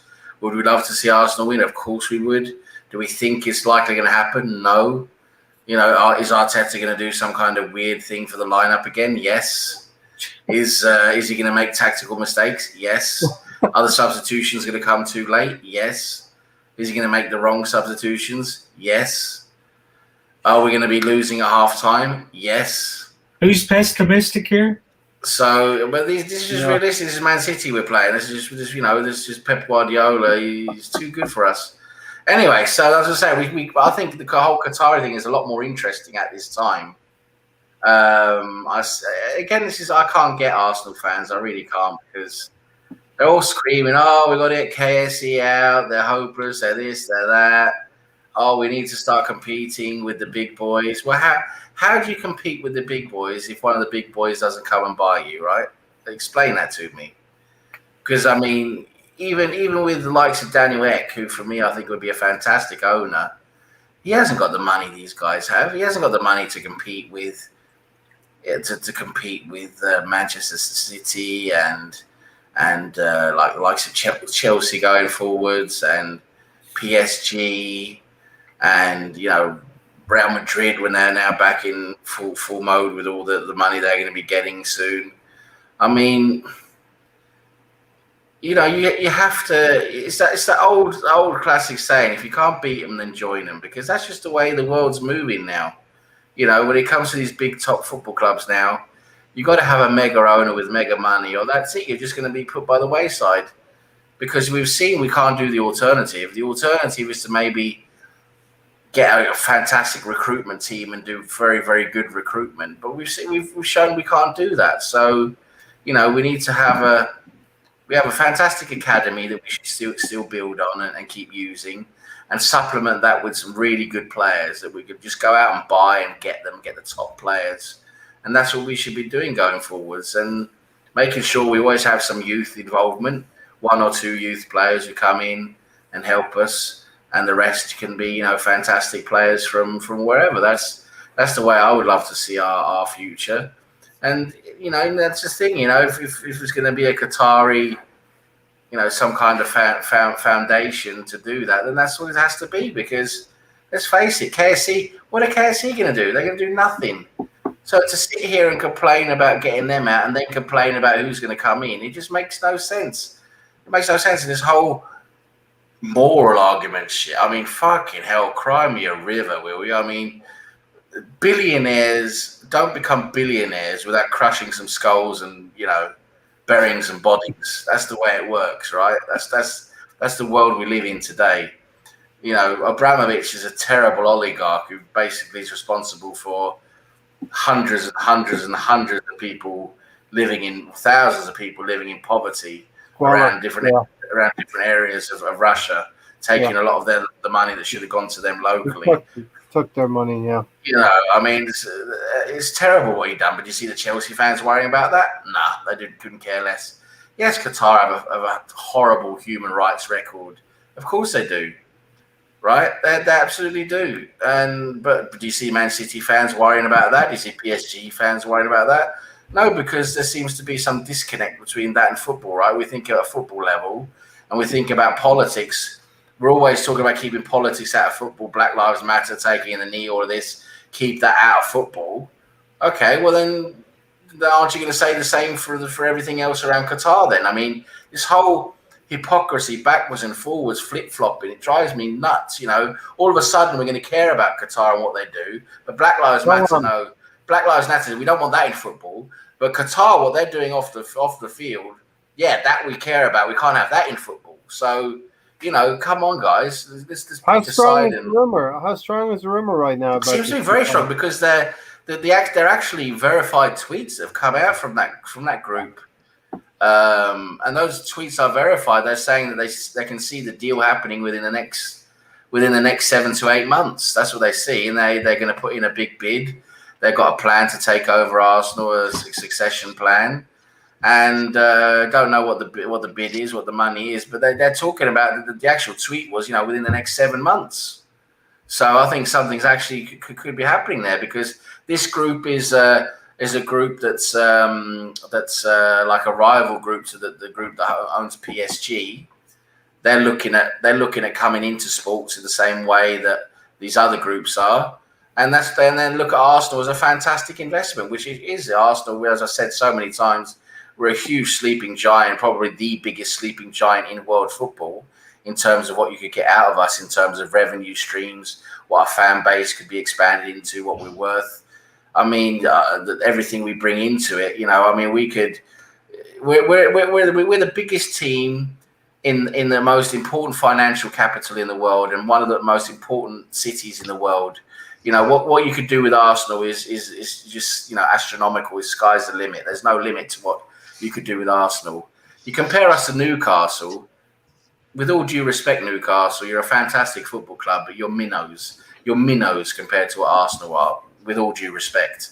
So, that's the reality of the situation. So, of course, it makes a lot of sense if they want to go into the sporting world and get some big investments. They want to go, and Arsenal's a fantastic opportunity.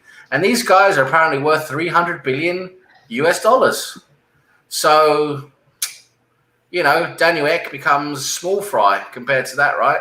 Yeah, So, and I think even the Cronkies do. I think even the Cronkies have got nowhere near that amount of money. So let's see. That's my take on it anyway. Tony, Stan the man said here the Cronkies have backed card to the tune of 180 million since he's been at the helm. How much would that be if we had a Qatari if we had a Qatari businessman behind us? It would be tens of millions more. That'd be close to $1 billion probably. Where do you stand on this takeover? Apparently the rumors are quite strong. Well, you already know I'm not going to watch the World Cup next year, so I wouldn't be watching Arsenal if they took over. I know there's plenty of other bad boy billionaires and all that. Our owners have enough money, $16 billion between him and his missus. And not to mention his missus' sister has $50 billion. So there's plenty of money to be had there. We still draw in a lot of money for merchandise all over the world. Welcome in, Alonso, for joining. I want to wind a sugar daddy. Rather have Chinese somewhere else. I'm not in favor of this against the Qatari takeover. Hi, Tony. How are you, Tony? Hi, Alonzo. Alonzo, you got butterflies. Yeah. Behind you, but not inside of you. They're behind you. They're behind you, Alonso. Don Juan said, imagine if they bought us, how it would lift the club overnight. Gary, your thoughts?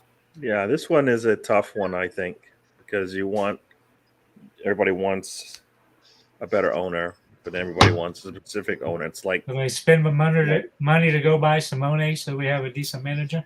Well, I mean, you can't you want certain things, but then you want it to be a certain way, and then when it isn't, then you're like, you know what? Then you have these rules that you just can't control. You have no say. So I'm torn on this one in the sense that I don't. If you dig deep enough, you're gonna find the skeletons. Everybody's got them, like Sam said. You're gonna find something. I mean. Stan Kroenke is one of the biggest landowners in the continent, right?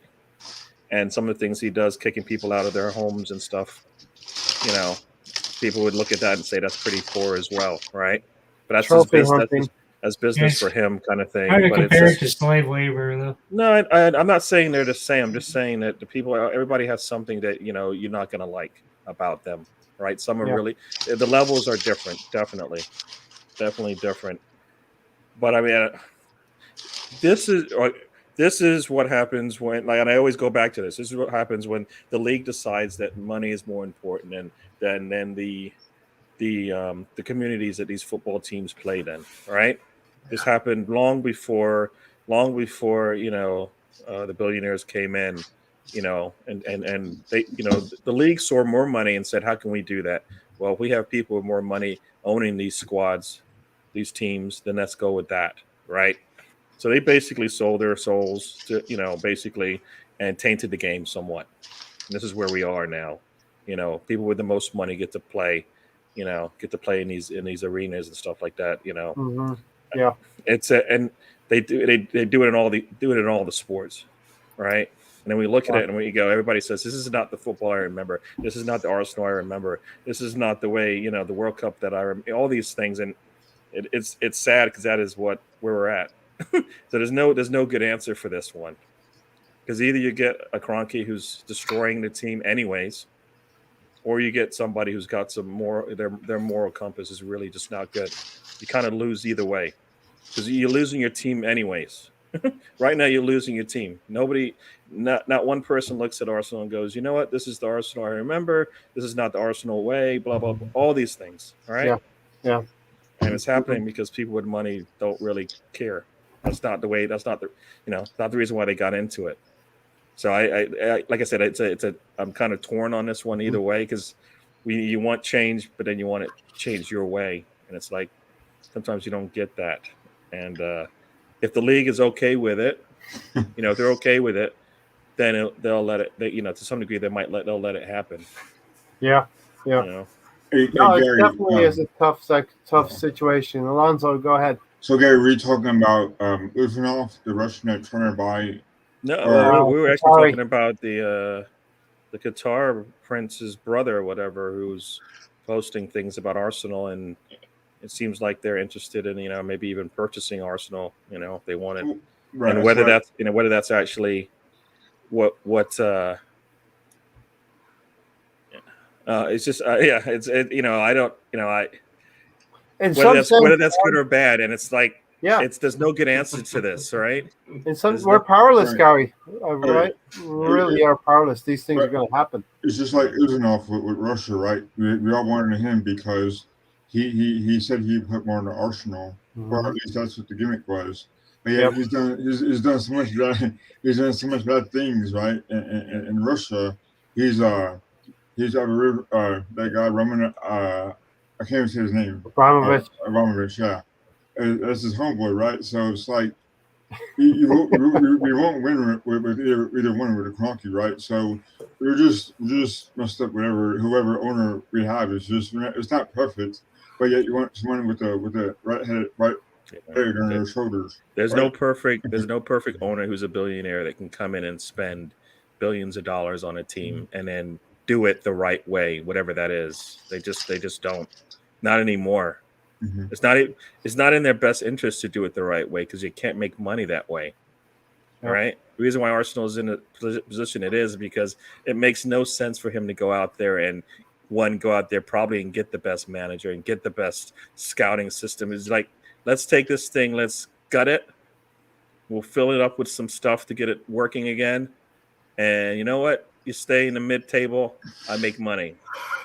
Mm-hmm. There's no incentive for him right now to try to get top 4, right?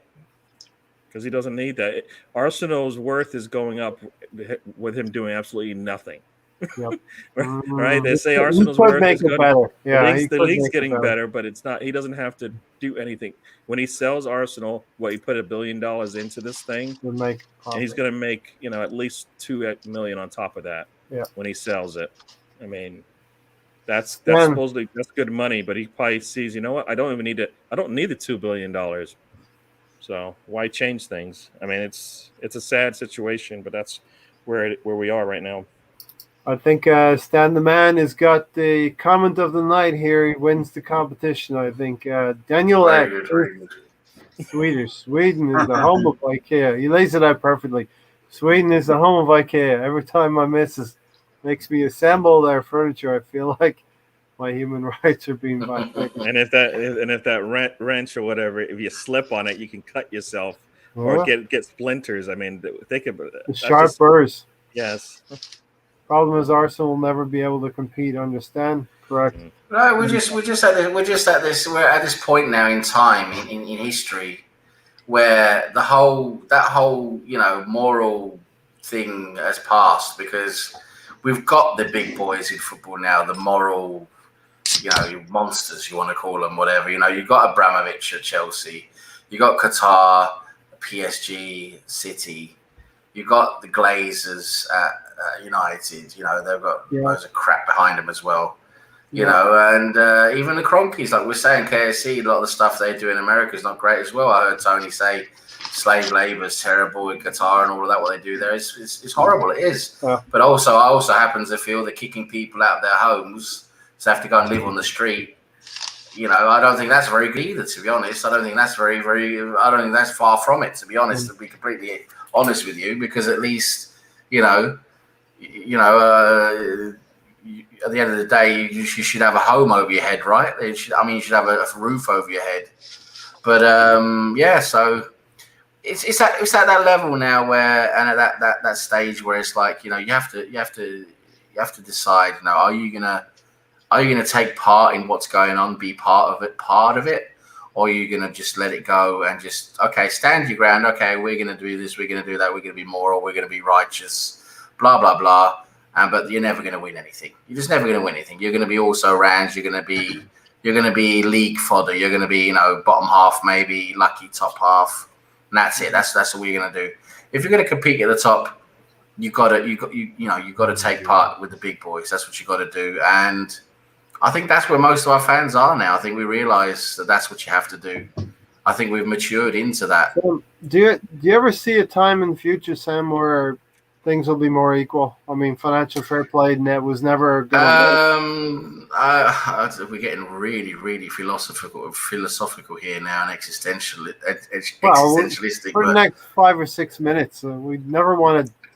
Well, for me, I'm gonna say it this way: the world, the modern world we live in the Western society we live in, is driven on capitalism. That is the basis for it. So the dollar, the mighty euro, the oil barrel is going to be dominating everything, right? So you can be as righteous as you want, and you can be hippie, kumbaya, hug trees, and go and lie in a field somewhere as much as you want. But that's not going to stop. That's not going to stop the rainforests from being plowed down. It's not going to stop new oil fields from being drilled in various oceans. The money people at the top, they decide what goes on. They control everything. So you can't win. So you either have to decide to take part in it and be a part of it, and maybe try your best within that to try and do some good things within that if you can.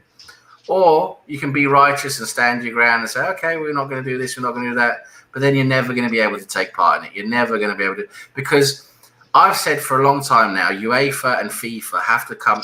If we want football to become, I mean, football's become unfair for a long time now, right? I mean, we can go into a long podcast about this. But the money distribution, the way it works has been unfair for a long time. Player salaries are out of control. Clubs are spending far too much money on player salaries. They've got no control over it. They don't have no idea what they're doing because they're so scared of letting players go and not getting the players they need. So that the players are in full control of what's going on in football. And they're just demanding more and more and more and more. Average salaries are going up and up and up and up. And the money that goes into football, unfortunately, is not matching that. More and more revenue, more and more of the club's revenue percent is going on player salaries. And at the end of the day, that becomes unsustainable. Unless you start really increasing ticket prices and making that ridiculous, which it already is in the Premier League. Many would argue Arsenal prices are already ridiculous, and many other prices in the Premier League and other big leagues are already ridiculous. That has to increase. If the salaries are going to keep increasing, these prices are going to have to keep increasing. Yeah. So the way around it is you have to start capping things. I've said this for a long time. We have to start introducing caps, salary caps, some form or another. Either on a set wage, you're not allowed to pay a player more than this amount, or you have like a more American styled like a salary cap for the whole, the whole squad. A set amount of money you're allowed to spend on the whole squad. Yeah. Those type of things have to come into play, and they have to come from FIFA, and they have to go through UEFA, and they have to be the same for everyone. You can't have just one league or two leagues having it. It has to be widespread for everyone, a set new law within football. And that's the only way you're going to start stopping this spiral, because or else now, Bournemouth are absolutely Bournemouth got crushed because they spent nearly 90% of their revenue on salary. Nearly 90%, tiny little club in the south of England, tiny stadium, hardly any revenue. They had to spend nearly 90% of their revenue on salaries. They had no chance of competing. That's why I think Eddie Howe needs to get a lot more respect for the job he did, because that tiny little club he brought into the Premier League, and they did decently in the Premier League for a little while. Mm-hmm. That deserves respect what he did there. They're spending 90% of what they make on player salaries. And even then they couldn't bring in the big names or the well-known names. They had to do smart recruitment. So this is the world we live in now. Unless we start capping things to try and make things you have to force in regulation, right? Which everyone says, oh, that's socialism. You can't have socialism. But you either have to start regulating things, or capitalism is just gonna kill everyone. You're gonna have the few at the top, the pyramid, the pyramid diagram, right? The pyramid form. You have a few at the top, and that's it. Everything below is just gonna feed up to them. That's what that. Like Don Juan said here, the most money in the league. Look at City and Chelsea. Nothing clubs 20 years ago.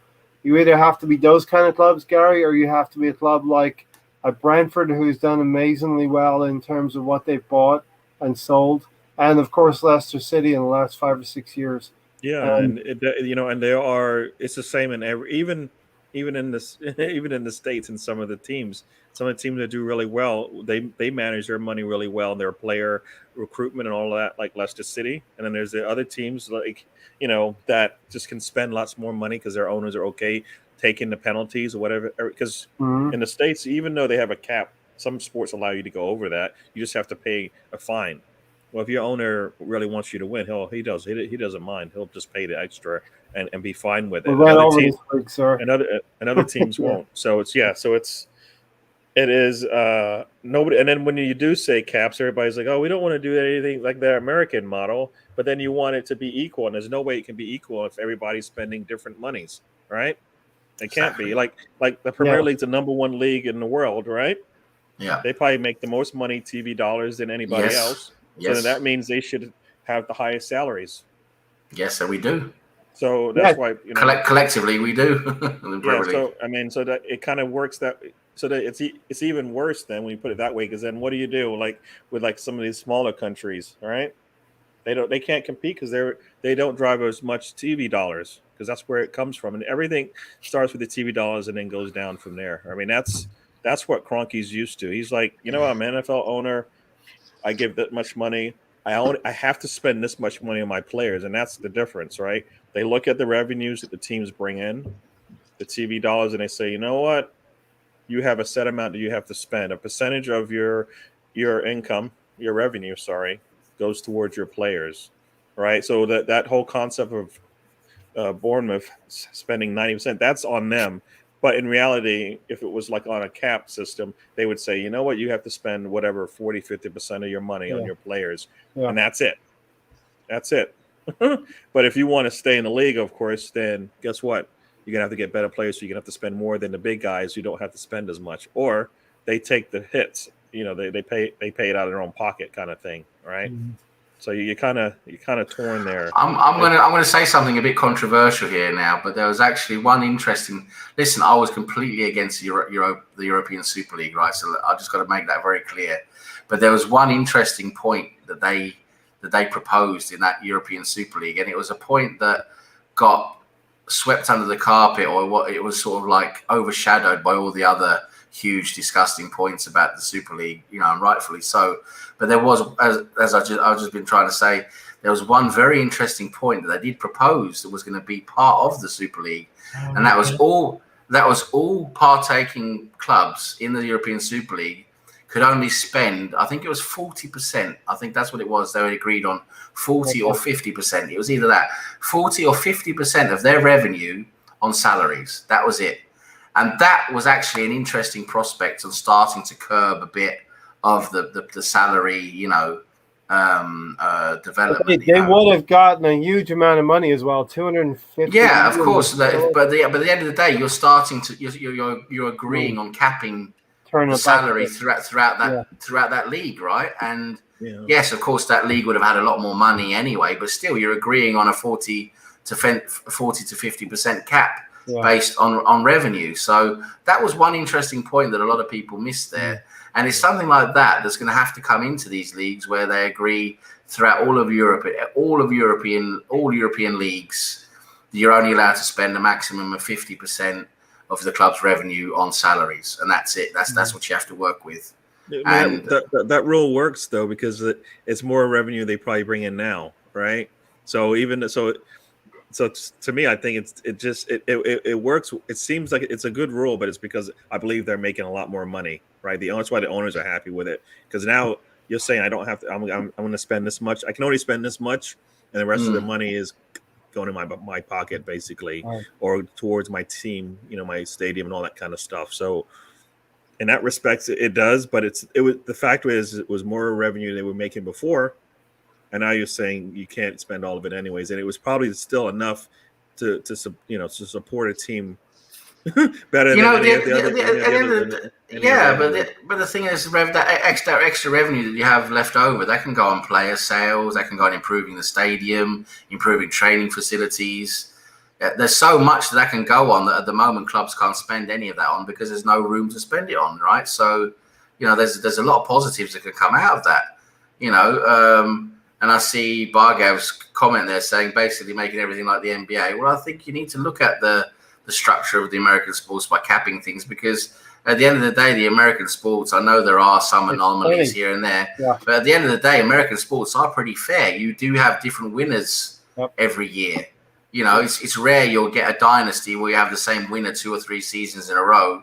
You'll have a completely different team winning every year, and you'll have different players moving, the whole trade concept and all of that. You have players moving everywhere all the time. You don't just have one team building up all of the best players. And, that's the type of thing, looking to the future of football, that's the type of thing you're going to have to look at to becoming more equal. Or else look at PSG now.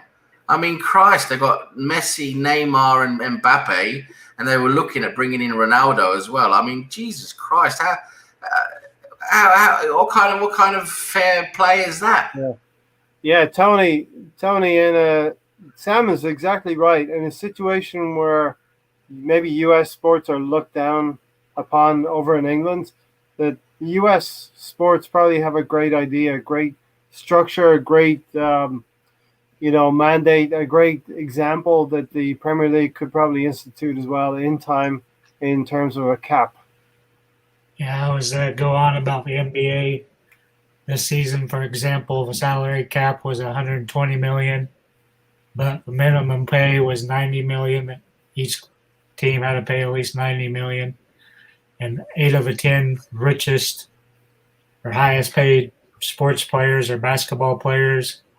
The way basketball works, the owners get plenty of money, players get plenty of money. Everybody's happy in the end, and the players probably have more power in the NBA than any other league around the world, I would imagine. I mean, it's hard to compare them because we're talking about countries, not a country, right? Because the only way UEFA works is if all the countries are bringing in the same amount of money.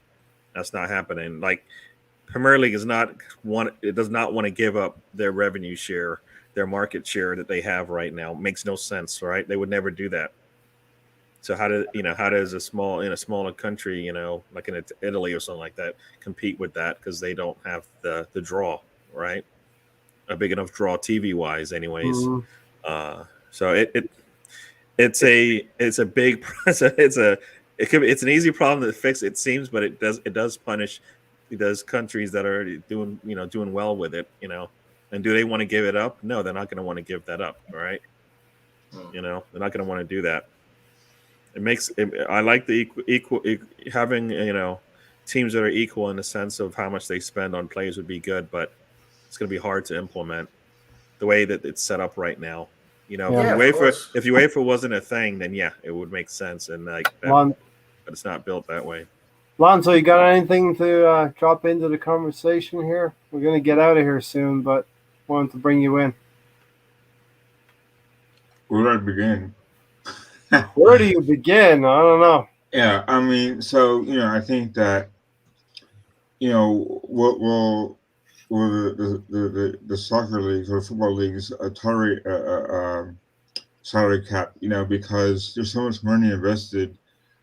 The owners invest a lot in the team, right? So, and there has to be an agreement with all the other clubs to agree to this, not just the bigger clubs. So, I mean, it could work, and it'd be nice to see teams, not just Arsenal, compete for top 4 or top 6 every year, And I think that what's different about the Premier League itself is that sometimes you get these underdogs who have been middle of the table teams, and they'll have teams like West Ham do well and Leicester do well last year, and Wolves 2 years ago make an impact where they're usually getting relegated or fighting for relegation. So, and that way it's good because you just see teams like that who surprise people every year. But then again, why see Manchester City and Chelsea always compete for the title? It doesn't seem fair sometimes. But then again, you're giving players, you're giving a certain amount. The owners are giving a certain amount to the club. Say, here, go spend on this because we have a budget. It's like ridiculous to me. And I think that if you live in the States, then you're used to salary caps or restrictions to where we can't always get the best. So therefore, you have to depend on the drafts or sometimes loyal players who stick with the club for years. And you don't have that in football anymore because you're always wanting to be the best teams, Mm-hmm. We don't want to see a situation where Chelsea and Manchester City are always going to be contesting. I just want to clarify the point of what I was talking about, that the European Super League was talking about bringing in that revenue cap is not quite the same as a salary cap, because the revenue cap means. I'm not sorry, Lonzo. This is not. I'm not saying you said anything wrong. I'm not saying that, because a salary cap is also a good idea in my opinion. I'm just bringing. I see in the chat there's been different talks about things, and I just want to clarify something that I think the revenue cap instead of a salary cap, but the revenue cap is a good idea because that actually differentiates a bit more between the clubs.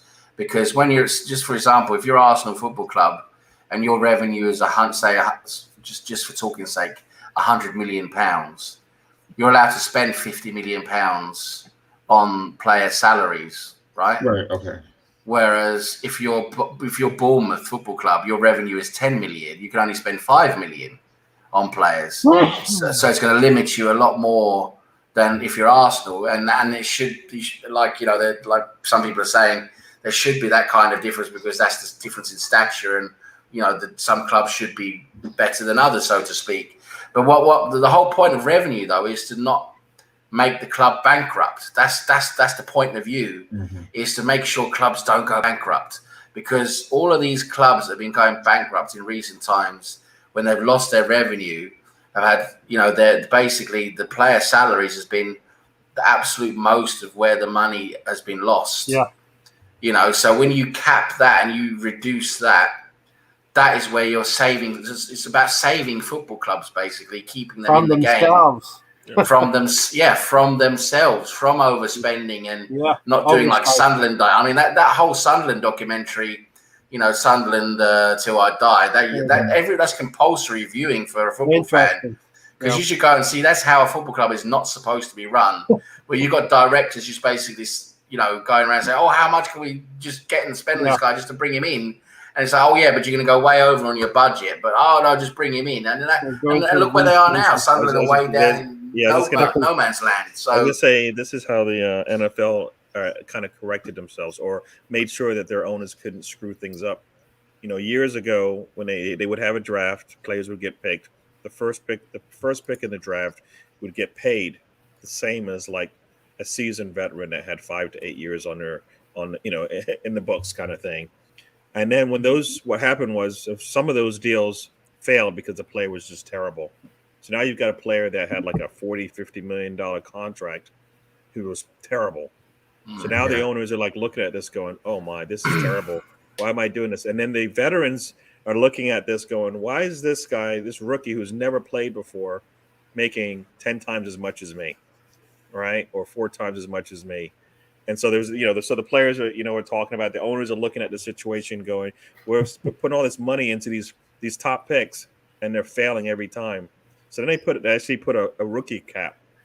So they said, so now they don't have to spend. They don't. So if you're on a rookie, if that makes sense. You get paid, and it's not as big as it used to be. And that makes sense as a rookie coming in. That makes sense. But in terms of what I'm saying is, they did it because they were losing money. They didn't do it for the betterment of the player. But the whole point of the revenue cap is to save clubs from themselves from overspending, because you've had clubs go bankrupt just having no idea what they're doing, and the idea, and also to try and curb some of the spending on player salaries, because when clubs know they only have that certain amount to spend, they're not just going to go out and say, okay, just take what you want, and we'll pay what you want. They can't do that anymore. So that's the whole point as well behind it, is to curb the spending, both for salaries and for keeping clubs from making themselves go bankrupt. So that's why I prefer a revenue cap rather than a salary cap, because if you make a salary cap where you say, well, you can never pay a player more than this or whatever, and you level the player field completely like that, it's going to be difficult, isn't it? It's going to be difficult for different leagues to compete for the same types of players and things like that. Well, this was a great conversation. It's an example. Yes. I'm going to go to you, Tony. It's a great example of the people in chats actually controlling the chat and the conversation. So big up everyone in the chat for diverting us down this rabbit hole, as it were. But an interesting conversation. Tony, what have you got?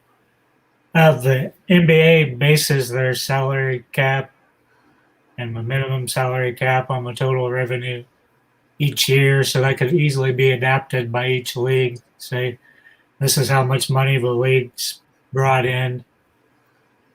Based off that, you can spend this much. That revenue is the same for every team. That's the difference. So, Sam, when you say like City has a revenue of say 100 million, or Arsenal and Bournemouth has one of 50, that's not the revenue we're talking about. It's the TV dollars that come in. So say you make the Premier League, everybody gets paid, for example, 75 million straight from first to 20th. But there's the concept, the whole relegation thing screws it all up, because that first, you sign a contract and then you get knocked down, and what happens then? Because you can't afford to pay it. The player's salary will have to be adjusted, or else it doesn't make any sense. And no player wants to do that, right? And that's the difference between the revenue cap again and the salary cap is where, like, if you're saying, okay, the Premier League's only going to be getting, like, say, $1 billion or whatever, £1 billion in TV rights, that's going to be split equally among the teams. And then the problem then is, you're splitting that equally, but then you'll have one club who will basically spend everything they have on players, just going crazy, paying players what they want and all of that. That's the whole idea then, is to say, listen, we want clubs to be more sensible in the way they spend money, that we're saying, okay, you can only spend 50% of what you earn on salaries. That's it. Yeah. But then if you're earning 100 million, that means you have 50 million to spend, rather than Bournemouth have 5 million. And then it's up to the club to do something about that and gain stature and create more worth, right? Which you're able to do then with more of a revenue you can use on other things. But the point then is you're saving clubs from when they get that money, and say they get the TV money, and for example, say they get the 100 million each or whatever, you'll have Bournemouth who'll say, okay, we're going to spend that 100 million on players and just go crazy in player salaries. Whereas now you're saying, sorry, you can't spend more than this amount, because you have to think fiscally, more financially about what you're doing. Yeah, and big up Kiddo here, who's joined us. And, there's somewhat irony against Barca and all the grief we've got from Barca and the Arsenal, the Barca DNA and all that stuff with Fabregas. Now they can't even register Aguero, and they have 1 billion of debt in Barca as well. So listen, want to wind it up here. Great conversation, everybody.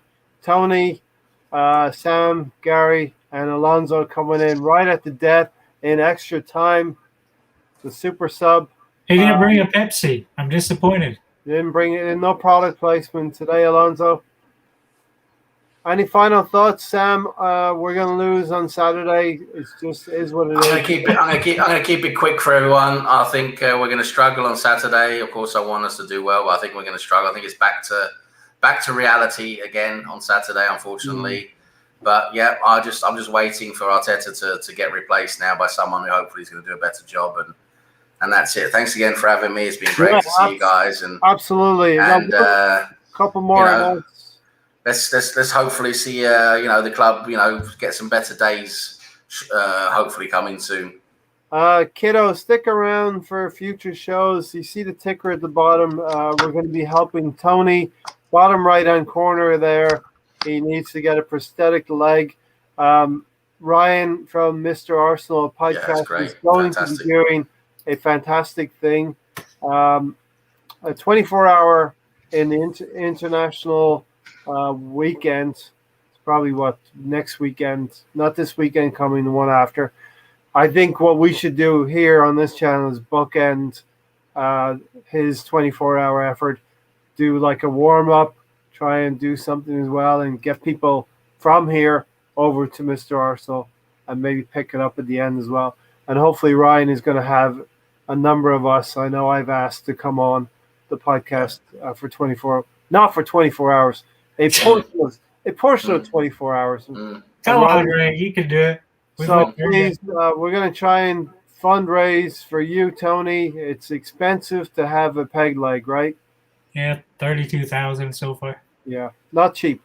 So, final thoughts, Tony. We're going to get you that peg leg sooner or later. But final thoughts on Arsenal in this week that was. Yeah, it's a game Wednesday papered over for tracks. When we play City, everything's going to be a disaster again. Everybody's going to be wanting Arteta sacked. There is the optimistic pessimist right there, Gary. Yeah. You love it, though, don't you, Ray? I never know which way the wind is going to blow with him. Alonso, Gary, do you have anything else to say, or will I give Alonso a final word? I wasn't done. I was letting you talk, but Ray. I know Ray likes interrupting me. If you leave a gap, I'm in like Quinn. I believe your gaps now. Ray does not understand how this thing works. Go ahead, Tony. Okay. Go ahead, Tony. I'm still learning. And today's National Dog Day.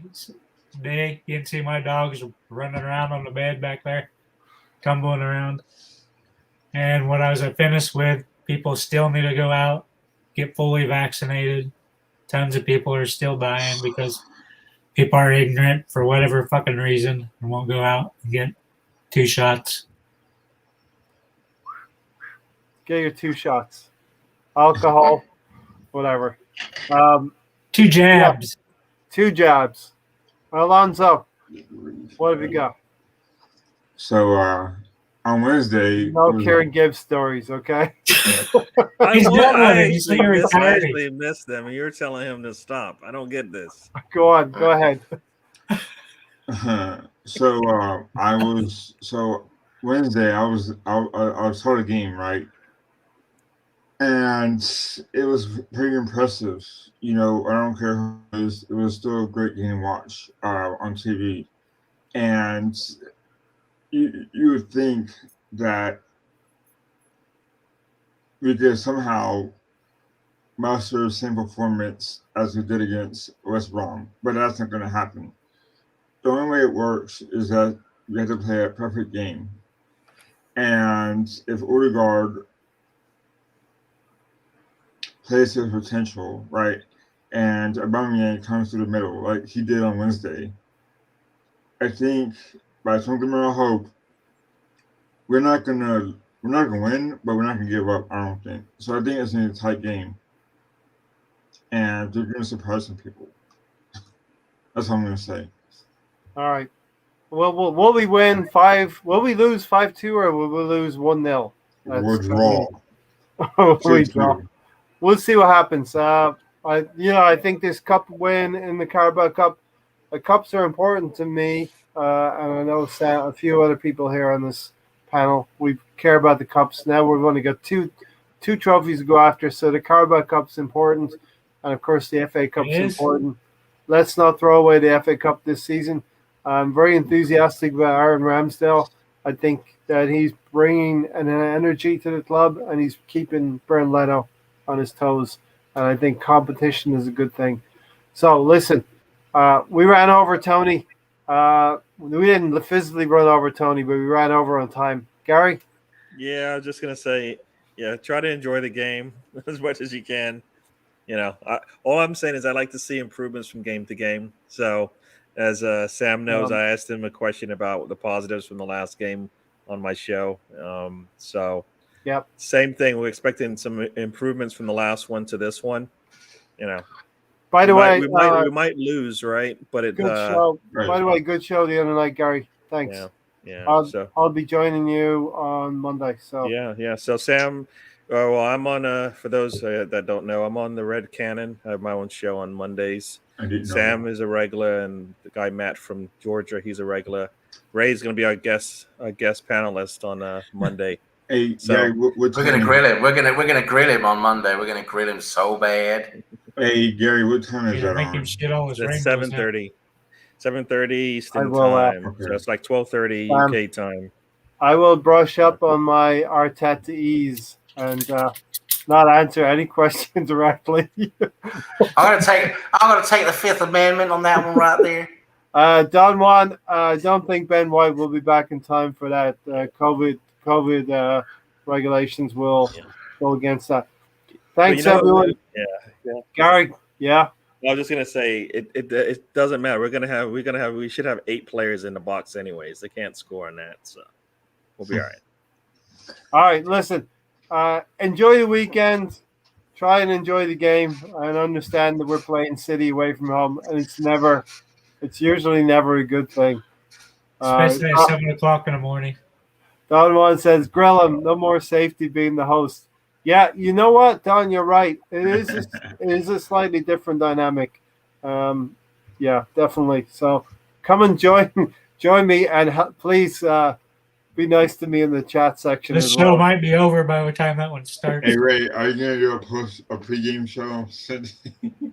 No, I think we'll just do a post-game on Sunday. Great. All right? We'll save some of our pre-game energy. Thanks for watching, everybody. Slap the like on the way out. I hope you enjoyed the flight against West Brom. It was a flight simulator. It was a nice win. We'll see you Sunday. Take care, everyone out here. We're out.